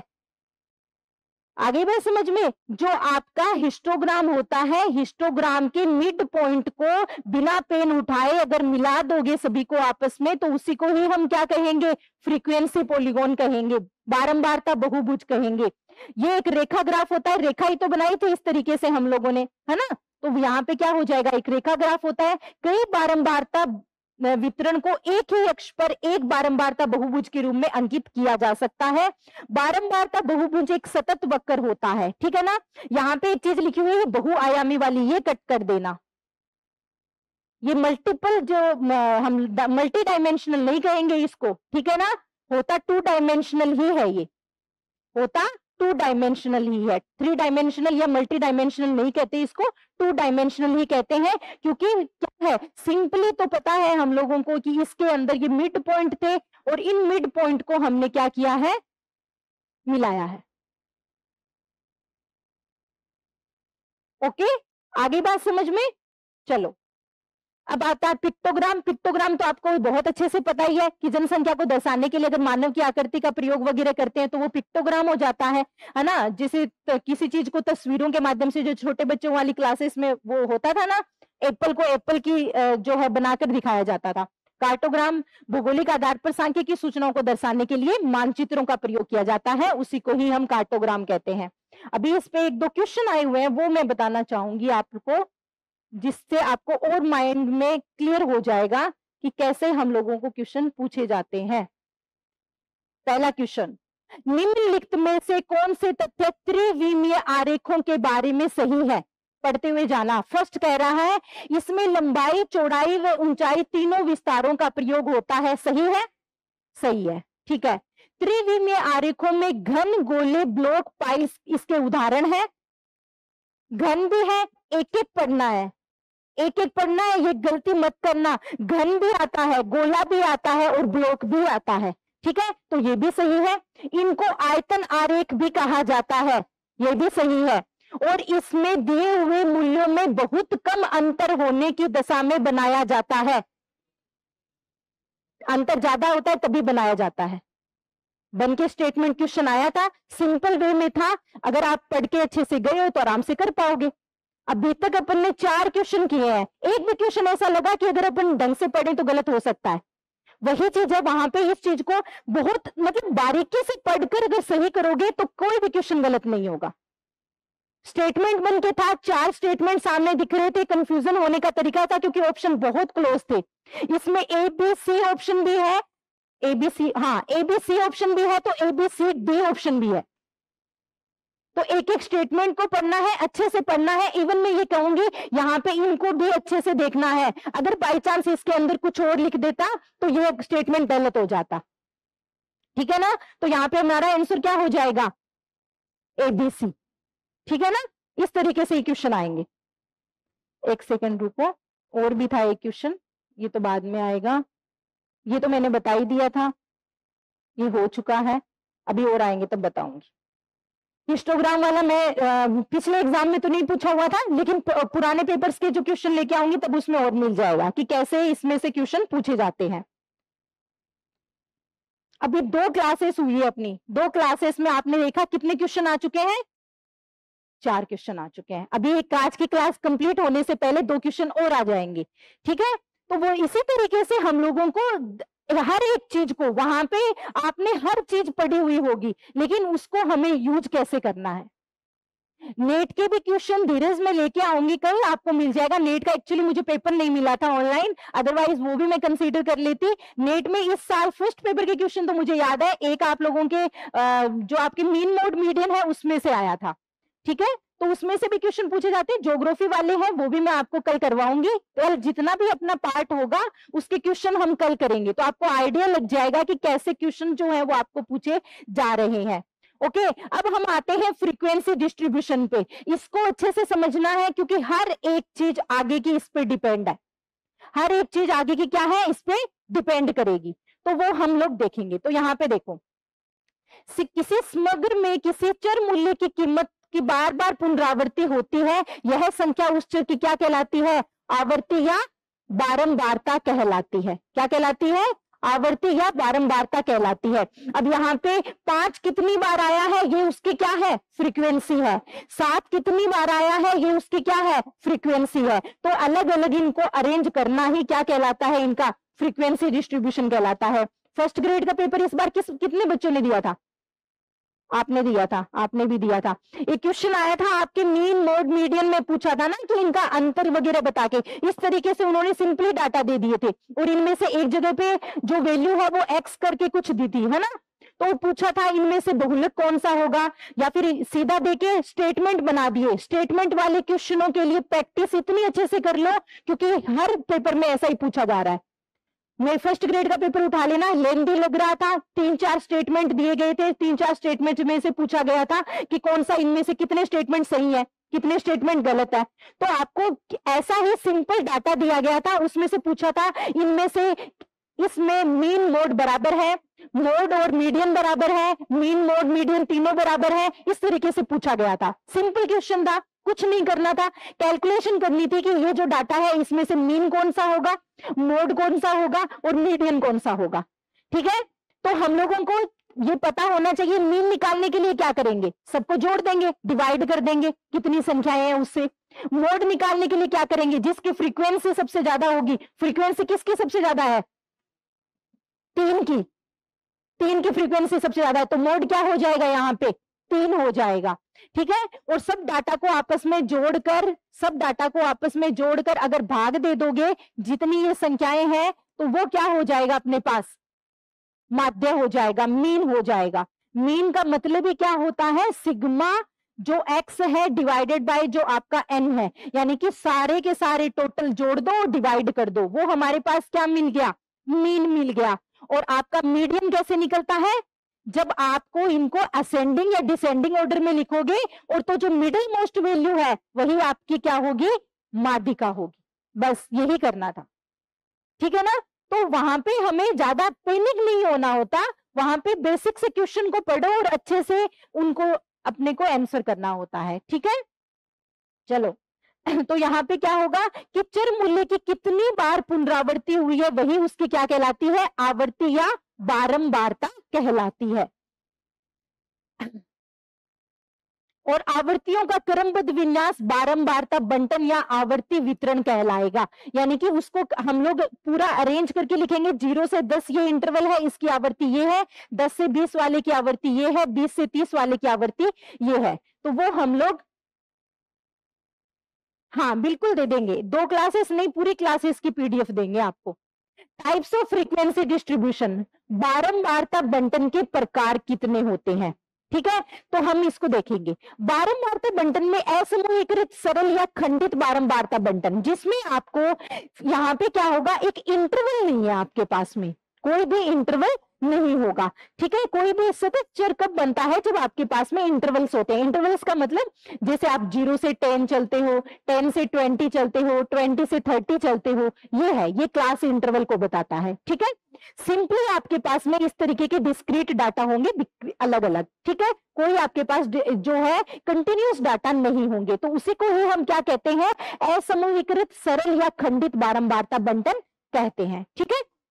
जैसे यहाँ पे ये दे दिया, आपको बताया है कि ये जो 20 फैमिली है इनमें बच्चों की संख्याएं बताई है कि अलग अलग फैमिली में अलग अलग बच्चों की संख्या ये है। पहली फैमिली में 1 बच्चा है, दूसरी में 1 है, तीसरी में 2 है, चौथी में 3 है, इस तरीके से अलग अलग आपको दिया गया। अब आप कैसे डिस्क्रिप्ट बनाओगे, अगर इसकी टेबल बनाएंगे तो हम इनकी टेबल बनाएंगे। यहाँ पे लिखेंगे बच्चों की संख्या, नंबर ऑफ चिल्ड्रन, ठीक है। और यहाँ पे लिखेंगे फैमिली, जिसके अंदर कौन सी फैमिली है, जिसके अंदर ये संख्या पाई जाती है, यानी कि नंबर ऑफ फैमिली। तो नंबर ऑफ चिल्ड्रन एक चिल्ड्रन वाली फैमिली कितनी है, 1 2 3 4 5 6, कितनी फैमिली है जिसके अंदर एक ही बच्चे हैं, 6, ठीक मिल गई 6। तो अब आगे देखो, इसी तरीके से बनाया जाएगा। चर मूल्य क्या हुआ, यहाँ पे कौन सी वैल्यू बदल रही है, बच्चों की संख्या, बच्चों की संख्या यहाँ पे क्या है, चर मूल्य। चर मूल्य एक्स एक्सिस पे लिखा जाता है, याद रखना। चर मूल्य का मान ही मीन मोड मीडियन होता है, याद रखना। चर मूल्य ही डिसाइड करेगा। बारंबारता जो होती है वो हमें सिर्फ बताती है कि ये हो सकता है। बारंबारता सिर्फ हमारे लिए वाई एक्सिस पे लिखने के लिए है, बारंबारता इस चीज का मूल्य को डिसाइड नहीं कर पा रही। यहाँ पे ये जो है यही हमारा एक्स एक्सिस पे आता है, यहाँ पे हमारी क्या आती है, फ्रीक्वेंसी आती है वाई एक्सिस पे। क्लियर, ये ध्यान में रखना। तो जब भी कोई पूछेगा कि आपका मीन मोड मीडियन का मान कौन से में से निकलेगा, ठीक है, तो उसको हम क्या बोलेंगे, चर मूल्य में से निकलेगा, ठीक है। अब देखो यहाँ पे वैल्यू, एक बच्चे वाली फैमिली कितनी है, 6, 2 बच्चों वाली फैमिली कितनी है, 6, 3 बच्चों वाली 4 हो गई, 4 बच्चों वाली 3 हो गई और 5 बच्चों वाली 1 हो गई। अगर आपको यहाँ पे हमें यहाँ पे क्या दे दी, बारंबारता दे दी, लेकिन यहाँ पे कोई इंटरवल था नहीं था, तो इसीलिए इसको क्या बोलते हैं, खंडित असतत चर वाला जो वर्गीकरण है वो कहते हैं, ठीक है। सतत चर वो होगी जिसमें आपके पास में डाटा, जैसे हम लोग आपके वेट की बात करूं, आपका सबका वेट ऐसा तो है नहीं कि एज इट इज 45 दो लोगों का एग्जैक्ट मिल जाए, रेयर चांसेस है, मिल जाए तो मिल जाए, अदरवाइज बहुत ही कम चांसेस है। तो उस केस में जब अपने पास में बहुत बड़ा डाटा होता है तब हम किसका यूज करते हैं, जब हम ग्रुप बनाते हैं, ग्रुप्ड फ्रीक्वेंसी का यूज करते हैं, ठीक है। तो उस टाइम पे हम लोग क्या करेंगे, मैं ऐसे मेजर करूंगी कि भाई 40 से 50 केजी वेट वाले इतने हैं, 50 से 60 केजी वेट वाले इतने हैं, ठीक है, 60 से 70 केजी वेट वाले इतने हैं, और इनके बच्चों की संख्याएं क्या लिख दूंगी, आगे लिख दूंगी ना। तो जब हमारे पास में डाटा बहुत बड़ा होता है, सिंगल डाटा की कैलकुलेशन हम लोग नहीं कर सकते, तो उस केस में हम लोग क्या करते हैं, ग्रुप्ड फ्रीक्वेंसी या फिर जो क्लास इंटरवल वाला है उसका यूज करते हैं। तो देखो यहाँ पे अखंडित, सतत या समूहीकृत बारंबारता बंटन, ठीक है, इसमें आपको अच्छे से ध्यान में रखना है कि यहाँ पे कंटिन्यूस फ्रीक्वेंसी आएगी, जिसको मैं एग्जांपल देके बताऊं तो ज्यादा बेटर रहेगा। इसके दो टाइप होते हैं, कंटिन्यूस फ्रीक्वेंसी, याद रखना कंटिन्यूस फ्रीक्वेंसी के ही टाइप है दोनों, कौन सा, एक्सक्लूसिव और इंक्लूसिव, जिसको एक को कहते हैं समावेशी और एक को कहते हैं अपवर्जी। एक को कहते हैं समावेशी और एक को कहते हैं अपवर्जी। तो यहाँ पे देखो, यहाँ एक वर्ग अंतराल की ऊपरी सीमा और उससे अगले वर्ग अंतराल की निचली वर्ग सीमा समान होती है, कौन से वाले में, एक्सक्लूसिव, जिसको ओवरलैपिंग भी कहते हैं, अपवर्जी या अतिव्यापी। अतिव्यापी अपवर्जी, अपवर्जी क्या कह रहा है कि मैं किसी को भी अंदर समावेश नहीं होने दूंगा। समावेशी कहता है मैं अंदर समा सकता हूं, समाने के लिए स्पेस तो चाहिए ना, यहाँ पे है क्या स्पेस, नहीं है ना, तो नहीं होगा। जैसे ये लाइन 10 से 19 होती, 20 से 29 होती, 30 से 39 होती, तो यहाँ पे क्या है, स्पेस है, तो समा सकता है। यहाँ पे क्या हो सकता है, बीच में स्पेस है, कोई ना कोई समा सकता है, इसीलिए उसका नाम क्या है, समावेशी। ठीक है, समावेशी का ये एग्जाम्पल पूछा हुआ एग्जाम में सीधा का सीधा, कौन सा एक जो है समावेशी है, कौन सा अपवर्जी है। ठीक है, तो यहाँ पे क्या रहेगा, सेम सेम, यहाँ पे भी सेम सेम, यहाँ पे भी सेम सेम। तो यहाँ पे एक वर्ग अंतराल की ऊपरी सीमा और उससे अगले वर्ग अंतराल की निचली वर्ग सीमा क्या होती है, समान होती है। यह आमतौर पर सतत चर के लिए लागू होता है। एक अवलोकन जो सामान्य वर्ग सीमा के बराबर होता है, वो किसको कहना चाह रहा है। अब देखो, जैसे मैंने यहाँ पे कहा 10 से 20, 20 से 30, 30 से 40 आ गया, तो यहाँ पे क्या है, अगर मैं बोलूं कि 30 है, उसको कौन से वर्ग अंतराल में रखोगे। जैसे यहाँ पे ये आप मान लो बच्चों के वेट की बात हो रही है, ये मान लो, है ना, तो 10 से 20 हो गया, 20 से 30 हो गया, तो 30 केजी वाला जो बच्चा है उसको कौन से वर्ग अंतराल में रखा जाएगा, 30 से 40 वाले में रखा जाएगा। उसको 20 से, क्योंकि 30 तो इसमें भी आ रहा है और 30 तो इसमें भी आ रहा है ना, दोनों में आ रहा है, 20 से 30 आ रहा है और 30 से 40 आ रहा है, तो उसको हम किस में रखेंगे, 30 से 40 वाले में रखेंगे। ठीक है ना, हमेशा उसको ये चीज यहाँ पे लिखी हुई है कि एक अवलोकन जो सामान्य वर्ग सीमा, सामान्य वर्ग सीमा का मतलब हुआ जो सीमाएं हमारे सामने रखी हुई है, ये वाली, ठीक है, तो उसको वर्ग सीमा में, तो उसे उस वर्ग अंतराल से बाहर रखा जाता है जहां वह उसकी ऊपरी सीमा बनाता है। अब 30 कहां बना रहा है, इसकी ऊपरी सीमा बना रहा है, तो इससे तो इसको बाहर रखा जाएगा और उस वर्ग में लिया जाता है जहां यह है निम्न वर्ग सीमा बनाता है। तो 30 कहां पे, 30 से 40 वाले में शामिल किया जाएगा। ठीक है ना, ये चीज बहुत बार बच्चों को कंफ्यूजन करती है, तो ये कंफ्यूजन में नहीं आना। ठीक है अब यहाँ पे देखो, अब आता है इंक्लूसिव या नॉन ओवरलैपिंग या समावेशी। तो यहाँ पे समावेश करने के लिए बीच में जगह है, तो ये आपको पूछा जा सकता है, दो वर्ग अंतरालों के बीच में कोई सामान्य वर्ग सीमा नहीं होती है, कोई भी सामान्य वर्ग सीमा नहीं होगी। यहाँ पे दोनों की समानता नहीं है, यहाँ पे दोनों में समानता नहीं है, ना ही यहाँ पे दोनों में समानता है। ठीक है, यह आमतौर पर असतत चर के लिए लागू होता है। ठीक है, असतत मतलब बीच में इनके है। हालांकि एक चीज मैं भी बताऊंगी, जो लाइन आपको एग्जाम में पूछी हुई है और वो कई बार पूछ लेता है कि जैसे हम बात करते हैं ये वाली, जो आपको इस तरीके का जब क्लासिफिकेशन दिया हुआ होता है, तो जब भी हम कैलकुलेशन करते हैं, चाहे इसमें आगे हम मीन निकालें, चाहे आगे इसमें हम मोड निकालें, चाहे हम आगे इसमें मीडियन निकालें, हम पहले इसको कन्वर्ट करेंगे किसमें, अपवर्जी में। हमेशा आप अपवर्जी में कन्वर्ट करेंगे। तो कभी भी कोई बोले कि समावेशी के कैलकुलेशन का तरीका अलग होता है, अपवर्जी के कैलकुलेशन का तरीका अलग होता है, तो बिल्कुल अलग नहीं होता, सेम कैलकुलेशन की जाती है, क्योंकि इसको पहले हम कन्वर्ट करते हैं किसमें, अपवर्जी में। ये चीज ध्यान में रखना। कैसे कन्वर्ट करेंगे वो भी बताती हूं। जैसे हमारे पास में आता है 10 से 19, 20 से 29 और यहाँ पे 30 से 39, ये मान लो। अब यहाँ पे देखो, पहले वर्ग की ऊपरी सीमा और दूसरे वर्ग की निम्न सीमा के बीच में कितना डिफरेंस है, एक का डिफरेंस है, एक का डिफरेंस है, एक को आधा कर दो, कितना हो गया, 0.5 हो गया। ये 0.5 इसमें से तो क्या कर दो, माइनस कर दो, और इसमें क्या कर दो, प्लस कर दो, क्या हो जाएगा 9.5 टू 19.5, इसमें से माइनस करोगे तो 19.5 टू 29.5 और 29.5 टू 39.5। बन गई? बन गई अपवर्जी की नहीं बनी? बन गई, क्योंकि ऊपरी सीमा और निम्न सीमा बराबर है। ठीक है, तो कभी भी हम कैलकुलेशन करेंगे तो हमें क्या करना होगा, पहले जो हमारी समावेशी टाइप का क्लासिफिकेशन है उसको किस में कन्वर्ट करना होगा, अपवर्जी में कन्वर्ट करना होगा। अपवर्जी समावेशी में कंफ्यूजन में मत आना, बच्चे कंफ्यूज होते हैं। जो मैंने ट्रिक बताई वो याद रखो, समावेशी का मतलब समावेश करने के लिए स्पेस है, तो स्पेस है तो वहां पे बीच में इंटरवल कंटिन्यूअस नहीं मिलेगा। क्लियर? चलो आगे। अब यहाँ पे देखो, हम लोगों को ये स्टेटमेंट बना के ये लाइनें पूछ लेता है कि अपवर्जी जो क्लासिफिकेशन है, देखो यहाँ पे एक चीज समझनी है, क्लास की बाउंड्री और क्लास लिमिट अलग अलग होती है। इनको हिंदी में दोनों को एक जैसा लिखा जाता है, वर्ग सीमा, लेकिन दोनों चीजें अलग अलग है।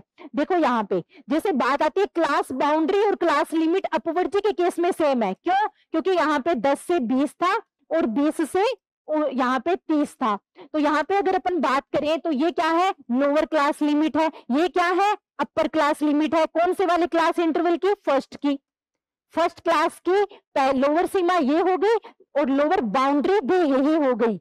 लेकिन अभी आपने देखा, क्या देखा, आपका जो स्टार्टिंग में क्लासिफिकेशन था 10 से 19, इसमें लिमिट क्या थी, लोअर लिमिट 10 थी, अपर क्लास लिमिट क्या थी, 19 थी, लेकिन लोअर क्लास बाउंड्री क्या है, 9.5, और अपर क्लास बाउंड्री क्या है, 19.5।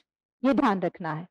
जब भी हमारे पास में आपको ये स्टेटमेंट बना के पूछेगा कि अपवर्जी के केस में अपर क्लास लिमिट और जो अपर क्लास बाउंड्री है वो इक्वल होती है या नहीं होती, तो आपको कहना है होती है, जबकि समावेशी के केस में दोनों अलग अलग होते हैं। ठीक है ना, ये ध्यान में रखना है। तो यहाँ पे देखो, अपवर्जी के केस में तो कोई दिक्कत नहीं है, लिमिट ही बाउंड्री है, बाउंड्री ही लिमिट है, सेम है दोनों, क्योंकि यहाँ पे 10 से 20, 20 से 30 ये वाला है। लेकिन जब अगर अपन बात करते हैं किसकी, समावेशी की, तो समावेशी में वही वाला एग्जाम्पल 10 से 19, 20 से 29 और 30 से 39। ठीक है, यहाँ पे 10 क्या है, लिमिट है, 19 क्या है, अपर क्लास लिमिट है, लेकिन इसको बाउंड्री में कन्वर्ट करेंगे तो ये कैसे हो जाएगा, 9.5 टू 19.5। क्लियर? तो यहाँ पे इन्होंने लिखा हुआ है, जब बाउंड्री निकालते हैं तो लोअर क्लास लिमिट को ये डी क्या बताता है, इन दोनों का अंतर। ठीक है, डी क्या बताता है, इन दोनों के बीच में जो अंतर है वो, ये अंतर ये नहीं कि सिर्फ इन्हीं के बीच में, इनके बीच में भी हो सकता है। ठीक है ना, ये चीज ध्यान में रखनी है। अब आता है आपका मध्य बिंदु, वर्ग का मध्य मान या वर्ग चिन्ह है। तो यहाँ पे आप देख सकते हो कि मिड पॉइंट जो होता है वो लोअर क्लास लिमिट या upper class limit divided by 2 कर दो, या फिर लोअर क्लास बाउंड्री या upper class boundary divided by 2 कर दो, दोनों के केस में सेम होगा। जैसे आप यहाँ पे जोड़ लो 9.5 प्लस 19.5 डिवाइडेड बाय 2, टोटल करो कितना आता है, कितना आएगा,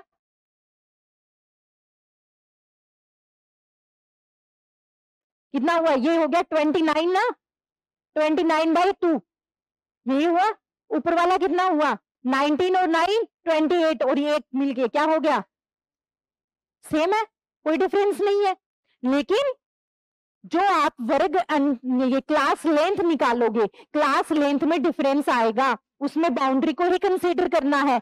इसमें क्या है, 19.5 माइनस में 9.5 करो, कितना आ रहा है आंसर, आ रहा है 10, और इसमें माइनस करो, कितना हो गया, 19 माइनस 10, कितना आ रहा है आंसर, आ रहा है नहीं डिफरेंस, आ रहा है ना, समझ में नहीं आया। देखो यहां पे आपको आंकड़े क्या दिए हुए थे, 10 से 19, 20 से 29 और 30 से 39 आंकड़े दिए हुए, एक टेबल दी हुई है, कंपैरिजन करके बता रही हूं, सुनो ढंग से, है ना। तो देखो यहाँ पे जब मिड पॉइंट निकालते हैं, ठीक है, मिड पॉइंट निकालते हैं तो आप एक चीज देखो, यहां पे मैंने ये लिखा हुआ है कि ये तो है लोअर क्लास लिमिट और ये है आपकी अपर क्लास लिमिट। ठीक है, अब मैं इसके लोअर क्लास बाउंड्री और अपर क्लास बाउंड्री निकाल रही हूं, ठीक है। कितना हो जाएगा 9.5, 19.5, 19.5 और 29.5, 29.5 टू 39.5। आगे बात समझ में। अगर यही केस 10 से 19 वाला न होकर 10 से 20 वाला होता, 20 से 30 वाला होता, 30 से 40 वाला होता, तो यहाँ पे upper class lower class limit, lower class boundary और अपर क्लास बाउंड्री, यहाँ पे ये लोअर क्लास लिमिट और अपर क्लास लिमिट, यहाँ पे जो है वही यहाँ पे होता या नहीं होता? होता ना। तो ये केस तो हमारा अपवर्जी का है, इसमें तो दोनों सेम रहते हैं, कोई इश्यू नहीं है, ठीक है। अब बात आती है मिड पॉइंट की। मिड पॉइंट क्या कहता है? मिड पॉइंट कहता है कि ये जो दोनों होते हैं ना, इन दोनों को जोड़ के डिवाइड कर दो 2 से। इन दोनों को जोड़कर किससे डिवाइड करना है? 2 से डिवाइड करना है। तो हम डिवाइड कर रहे हैं 10 प्लस 19 बटे 2, 29/2 आया ना। अब वही मैं कह रही हूं कि चाहे लोअर क्लास बाउंड्री को आप इसमें जोड़ दो तो कितनी वैल्यू आएगी? 9.5 प्लस में 19.5 डिवाइडेड बाय 2, कितनी आई वैल्यू? 29/2। कोई डिफरेंस हुआ? मिड पॉइंट निकालोगे तो कोई जरूरी नहीं है, सिंपल इससे भी निकाल सकते हो, सेम आएगा, कोई दिक्कत नहीं है।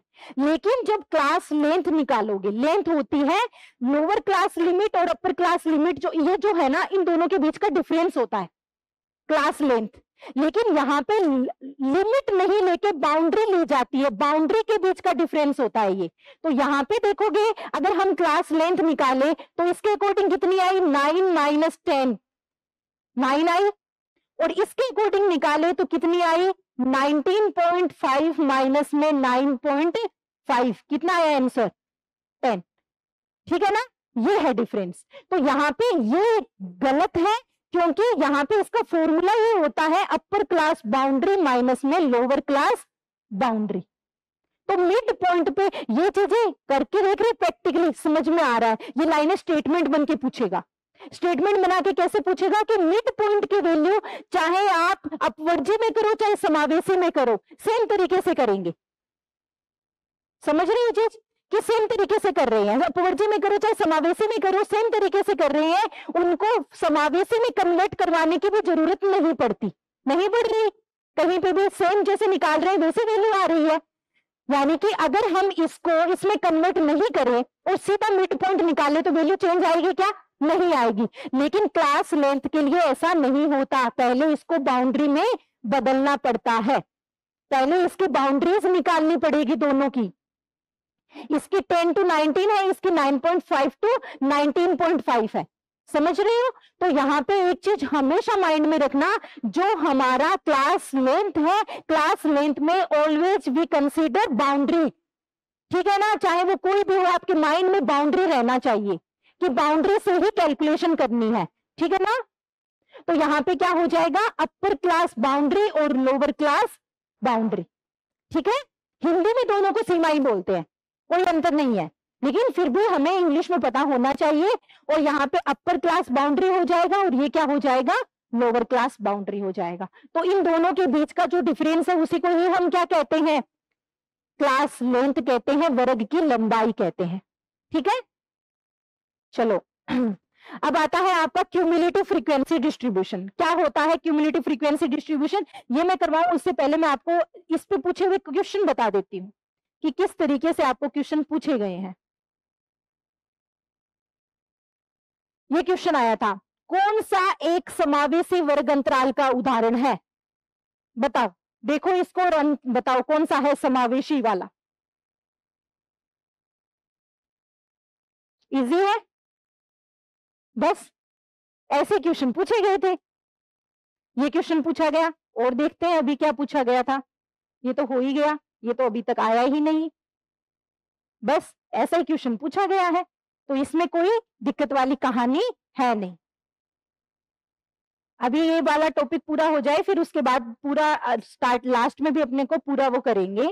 हाँ, ये देखो क्यूमुलेटिव फ्रीक्वेंसी। क्या होती है क्यूमुलेटिव फ्रीक्वेंसी? संचयी बारंबारता वितरण में किसी वर्गांतर की आवर्ती उससे पूर्व के समस्त वर्गांतरों की आवर्तियों में जोड़ दी जाती है। लाइन लिखे हुए देखते हैं तो थोड़ा सा समझ में आने में देरी लगती है कि क्या लिखा हुआ है। सिंपल सी लाइन लिखी हुई है कि जो ये वाली जो क्लास इंटरवल है, ये जो क्लास इंटरवल है उसकी जो आवर्ती होगी, है ना, उसकी ये जो आवर्ती है तो सिंपल आवर्ती है, उसकी जो संचयी आवर्ती होगी वो क्या होगी?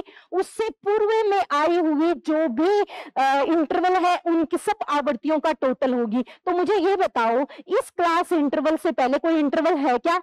नहीं है। तो इसकी जो आवर्ती है वही इसकी क्या होगी?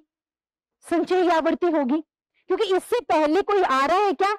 नहीं आ रहा। तो इससे पहले कोई नहीं आ रहा तो आप किसको जोड़ोगे? इसमें किसी को नहीं जोड़ोगे। तो सिंपली क्या होगा? यहाँ पे 5 हो जाएगा। तो आपको ये क्वेश्चन भी पूछा जा सकता है कि जब हम संचयी आवर्ती की कैलकुलेशन करते हैं तो जो फर्स्ट इंटरवल होता है उसकी आवर्ती संचयी आवर्ती के बराबर होती है। सही है या नहीं है? सही है।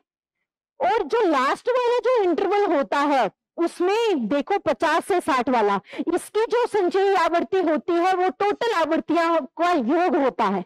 जितनी भी आवर्ती है उन सबका योग होता है। क्यों? क्योंकि इन्होंने कहा है संचयी आवर्ती वो आवर्ती होती है जो इससे आने वाली पूर्व में जितनी भी आवर्ती होती है उनका सबका योग करके लिखी जाती है। तो ये बात बिल्कुल सच है कि लास्ट वाली जो क्लास इंटरवल है, लास्ट क्लास इंटरवल की जो संचयी आवर्ती होती है वो सिग्मा एफ के बराबर होती है।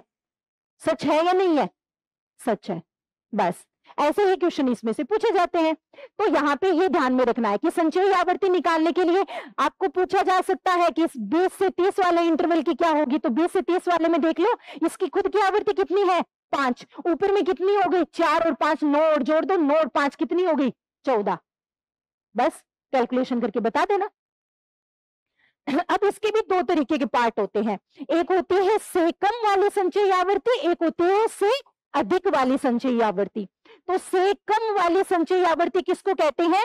जैसे आपको इसके लिए सबसे पहले निकालनी होती है अपर क्लास बाउंड्री। क्या निकालनी होती है?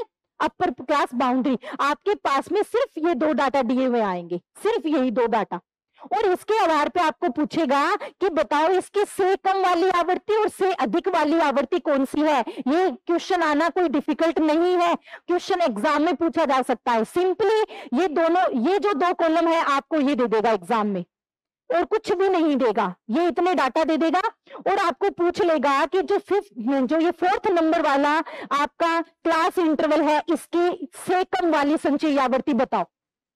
बड़ा क्वेश्चन नहीं है ये। आपको लग रहा होगा कि इतना बड़ा क्वेश्चन दे दिया, कैसे देगा? बड़ा नहीं है ये क्वेश्चन। वो आपको सिर्फ 2 लाइनें बना के देगा और 2 लाइनों में पूछ लेगा 4th वाला जो क्लास इंटरवल है उसकी से कम वाली संचयी आवर्ती बताओ।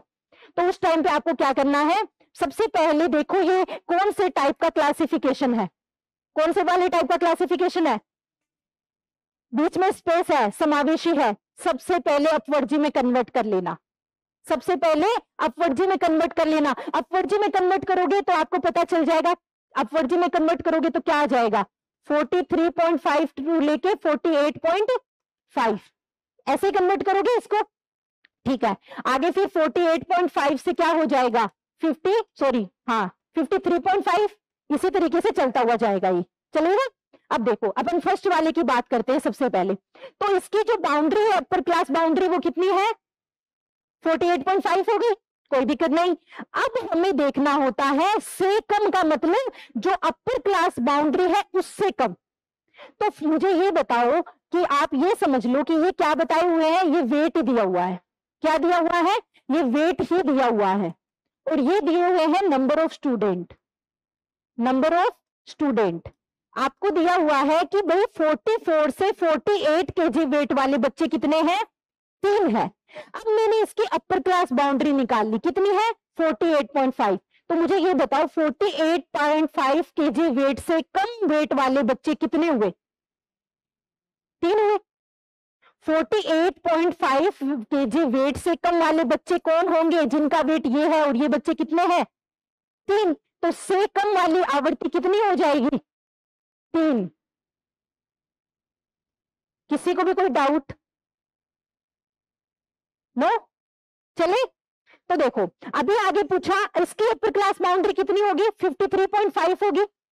तो 53.5 से कम वेट वाले बच्चे कितने हुए, जिनका वेट ये वाले से पूरा ये सारा 53.5 केजी से कम ही तो हुआ, 53, 49, 44, 48। तो ये कितने हो जाएंगे, 7 हो जाएंगे, लेकिन ये गलत लिखा हुआ है, 7 हो जाएंगे, ठीक है ना।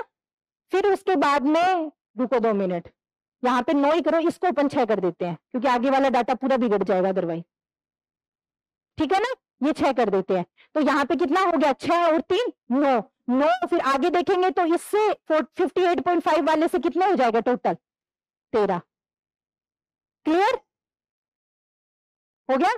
अब अपने को पूछे से अधिक, तो से अधिक का मतलब 48.5 केजी से अधिक वाले, तो 48.5 केजी से अधिक वाले में क्या आ जाएगा, ये सारे के सारे आ जाएंगे। तो यहां पे ये लिखते जाओगे, फिर यहाँ पे और, यानी कि आपको सिंपली क्या करना है, ये जो है ये वाला इसको छोड़ देना है, बाकी सारे यहां लिखने हैं, फिर इसको छोड़ देना है, बाकी सारे यहां लिखने हैं, फिर इसको छोड़ देना है, यहां पे लिखना है।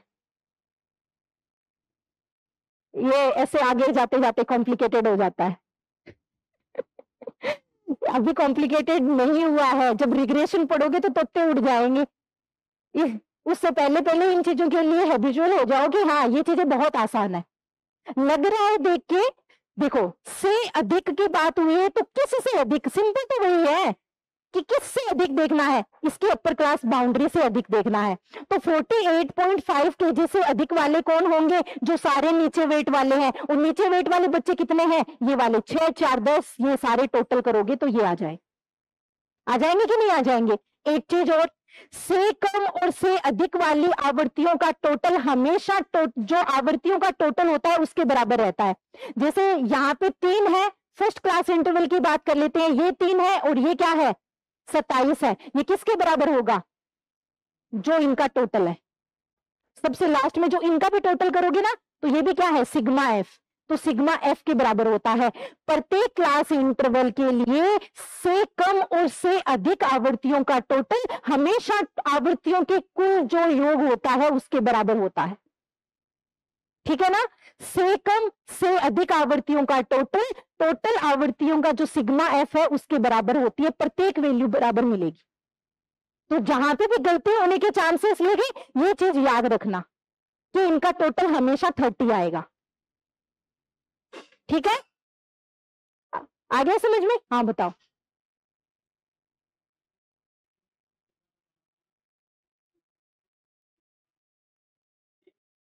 जीरो 4 से ये वाला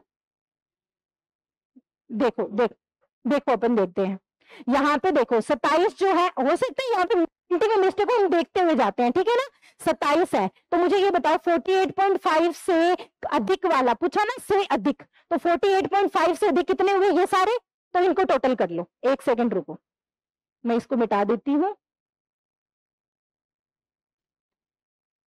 यहाँ पे 6, अब टोटल करना, 6 और 4 10, 10 और 7 17, 17 और 10 हो गए ना एक साथ, 27 हुए कि नहीं हुए। ये सारा इनका टोटल करो, कितना हो रहा है, 27 हो रहा है। अब इन्होंने कहा 53.5 जो है उससे अधिक, तो इसको छोड़ दो, इनको टोटल कर लो, 6 निकाल दो, 27 में से 6 गए, कितने बचे 21। फिर उसके बाद में 21 में से कितने निकाल दो, इसको छोड़ दो 4, तो कितने बचे 17। 17 में से फिर इसके बाद में 7 को निकाल दो, कितने बचे, 17 में से 7 को निकालोगे तो 10, 11 नहीं 10। फिर उसके बाद में 10 है, 10 में से कितने को माइनस कर दो, को कितने बचे 4। फिर उसके बाद में 4 में से कितने को माइनस करोगे, तो कितना बचा 1। अब देखो यहाँ पे 78.5 से अधिक, क्या यहाँ पे कोई भी 78.5 से अधिक है, तो 0 ही आएगा। हो गया क्लियर, बस ये चीज ध्यान में रखनी है। तो आज इतना ही पढ़ते हैं, टाइम भी हो गया, लेकिन ये वाला थोड़ा सा कंप्लीट कर ही लेती हूँ, ठीक है ना। अब देखो यहाँ पे वर्ग की लंबाई निकालनी है, वर्ग की लंबाई निकालने के लिए upper class boundary lower class boundary, यही तो अंतर करना है और कुछ तो है नहीं, ठीक है। अब एक चीज इंपॉर्टेंट है जो आपको पूछी जाती है, आवर्ती घनत्व क्या होता है, ठीक है। फ्रीक्वेंसी डेंसिटी क्या होती है, फ्रीक्वेंसी डेंसिटी वो होती है, जैसे हमने बात की पहले क्लास की आवृत्ति कितनी थी, 3 थी, टोटल आवृत्ति कितनी है 30, तो हमारे पास में 3/30 कितना हो जाएगा 1/10, तो फर्स्ट क्लास की फ्रीक्वेंसी डेंसिटी कितनी हो जाएगी 1/10, यानी कि उस क्लास इंटरवल की तो आवृत्ति ले लो, ठीक है ना, और फिर इसकी जो हमारे पास में टोटल आवृत्ति है उसको डिवाइड कर दो, वही डेंसिटी है, ठीक है। तो यहाँ पे हो जाएगा, नहीं नहीं नहीं ये गलत हो गया, ये तो वो कुछ और है, मैं आवर्ती घनत्व कहते हैं वर्ग की आवृत्ति डिवाइडेड बाय वर्ग की लंबाई, सॉरी, ठीक है ना, वर्ग की लंबाई आएगा, नीचे ये नहीं आएगा, उसको सापेक्ष आवृत्ति कहते हैं जो मैं बता रही हूँ, ठीक है ना। तो यहाँ पे क्या करना होगा वो देखो, यहाँ पे ये करना होगा, ये जो है 3, इसको इसकी जो लेंथ है ना, इनके बीच की जो लेंथ है जो अपने कितनी निकाली थी 43.5 से 48.5, तो यहाँ पे ये जो है ये कितनी आ रही है 5 आ रही है, तो 3/5 ये क्या हो जाएगा इसकी फ्रीक्वेंसी डेंसिटी हो जाएगा। अब देखो इसको अपन समझे तो क्या है कि इतना जो वेट वाले बच्चे हैं 43.5 से 48.5, इसमें जितने ज्यादा बच्चे आएंगे वही डेंसिटी को शो करेगा, यानी कि यहाँ पे जो है हमें क्या देखना है, जो वर्ग की लंबाई है उसको ध्यान में रखना है, और ये क्या हुआ टोटल आवृत्ति के सापेक्ष कितनी आवृत्ति है वो सापेक्ष आवृत्ति को बताएगी, ठीक है। कंफ्यूजन में मत आना, हो जाते हैं कई बार इस चीज में कंफ्यूजन। जैसे हम घनत्व की बात किए तो घनत्व में हमें देखना है घनत्व क्या बताता है डेंसिटी, यानी कि मैं ये बात करूं कि इसमें सबसे ज्यादा कौन से रेंज वाले वेट के बच्चे हैं, तो वो ही बताएगा ना कि कितने ज्यादा बच्चे उस वेट रेंज में आए हैं, ठीक है। तो यहाँ पे हमें क्या लेना है, नीचे वर्ग की लंबाई लेनी है, ओके, क्या लेनी है क्लास लेंथ लेनी है, और जो मैं अभी बताई हूं वो क्या होती है सापेक्ष आवृत्ति होती है, यानी कि उस क्लास की आवृत्ति डिवाइडेड बाय कुल आवृत्ति, ये क्या बताती है हमें सापेक्ष आवृत्ति बताती है, और जब इसको 100 से मल्टीप्लाई कर देंगे तो ये क्या बन जाएगी प्रतिशत आवृत्ति बन जाएगी, ठीक है ना, क्या बन जाएगी प्रतिशत आवृत्ति बन जाएगी, वर्ग की आवृत्ति डिवाइडेड बाय कुल आवृत्ति इनटू में 100, तो इसको हम क्या कहेंगे सापेक्ष आवृत्ति का प्रतिशत ही क्या कहलाता है प्रतिशत आवृत्ति कहलाता है, ठीक है। तो यहाँ पे देखो सापेक्ष आवृत्ति की रेंज 0 to 1 होती है, प्रतिशत आवृत्ति प्रतिशत का मतलब 100 होता है, तो उसकी रेंज कहां से कहां तक होगी 0 से 100 तक होगी, ठीक है। तो ये ध्यान में रखना, तो यहाँ पे ये ध्यान में रखना है आवर्ती घनत्व है ये वाला, इसमें गलती मत करना। और ये हम कब यूज करते हैं, जब मैंने आपको बताया था कि जब कभी भी हमारे पास में वर्ग की लंबाई एक जैसी नहीं दी हुई होती तो हम हिस्टोग्राम में आवर्ती घनत्व को भी यूज कर सकते हैं, जो यहाँ पे हम लिख रहे थे ना ऐसे बनाकर, तो यहाँ पे हम फ्रीक्वेंसी लिख रहे थे और इसमें यहाँ पे क्लास इंटरवल लिख रहे थे। तो कई बार ये यहाँ पे जब हमारे पास में बहुत ज्यादा वेरिएशन इनमें मिलता है तो हम लोग क्या यूज करते हैं आवर्ती घनत्व को भी यूज करते हैं, ठीक है। All clear. हालांकि ये क्वेश्चन आगे बहुत ज्यादा डेप्थ का है, इतना आपको नहीं पूछा जाता, आपको फॉर्मूला पूछा जा सकता है कि आवर्ती घनत्व होता क्या है। तो आवर्ती घनत्व यानी कि जो हमारी क्लास लेंथ है उसमें कितने मैक्सिमम नंबर ऑफ हमारे स्टूडेंट जिस रेंज में आ रहे हैं वही हमारा क्या है आवर्ती घनत्व है, ठीक है। तो ये ध्यान में रखना। तो आज के लिए इतना ही।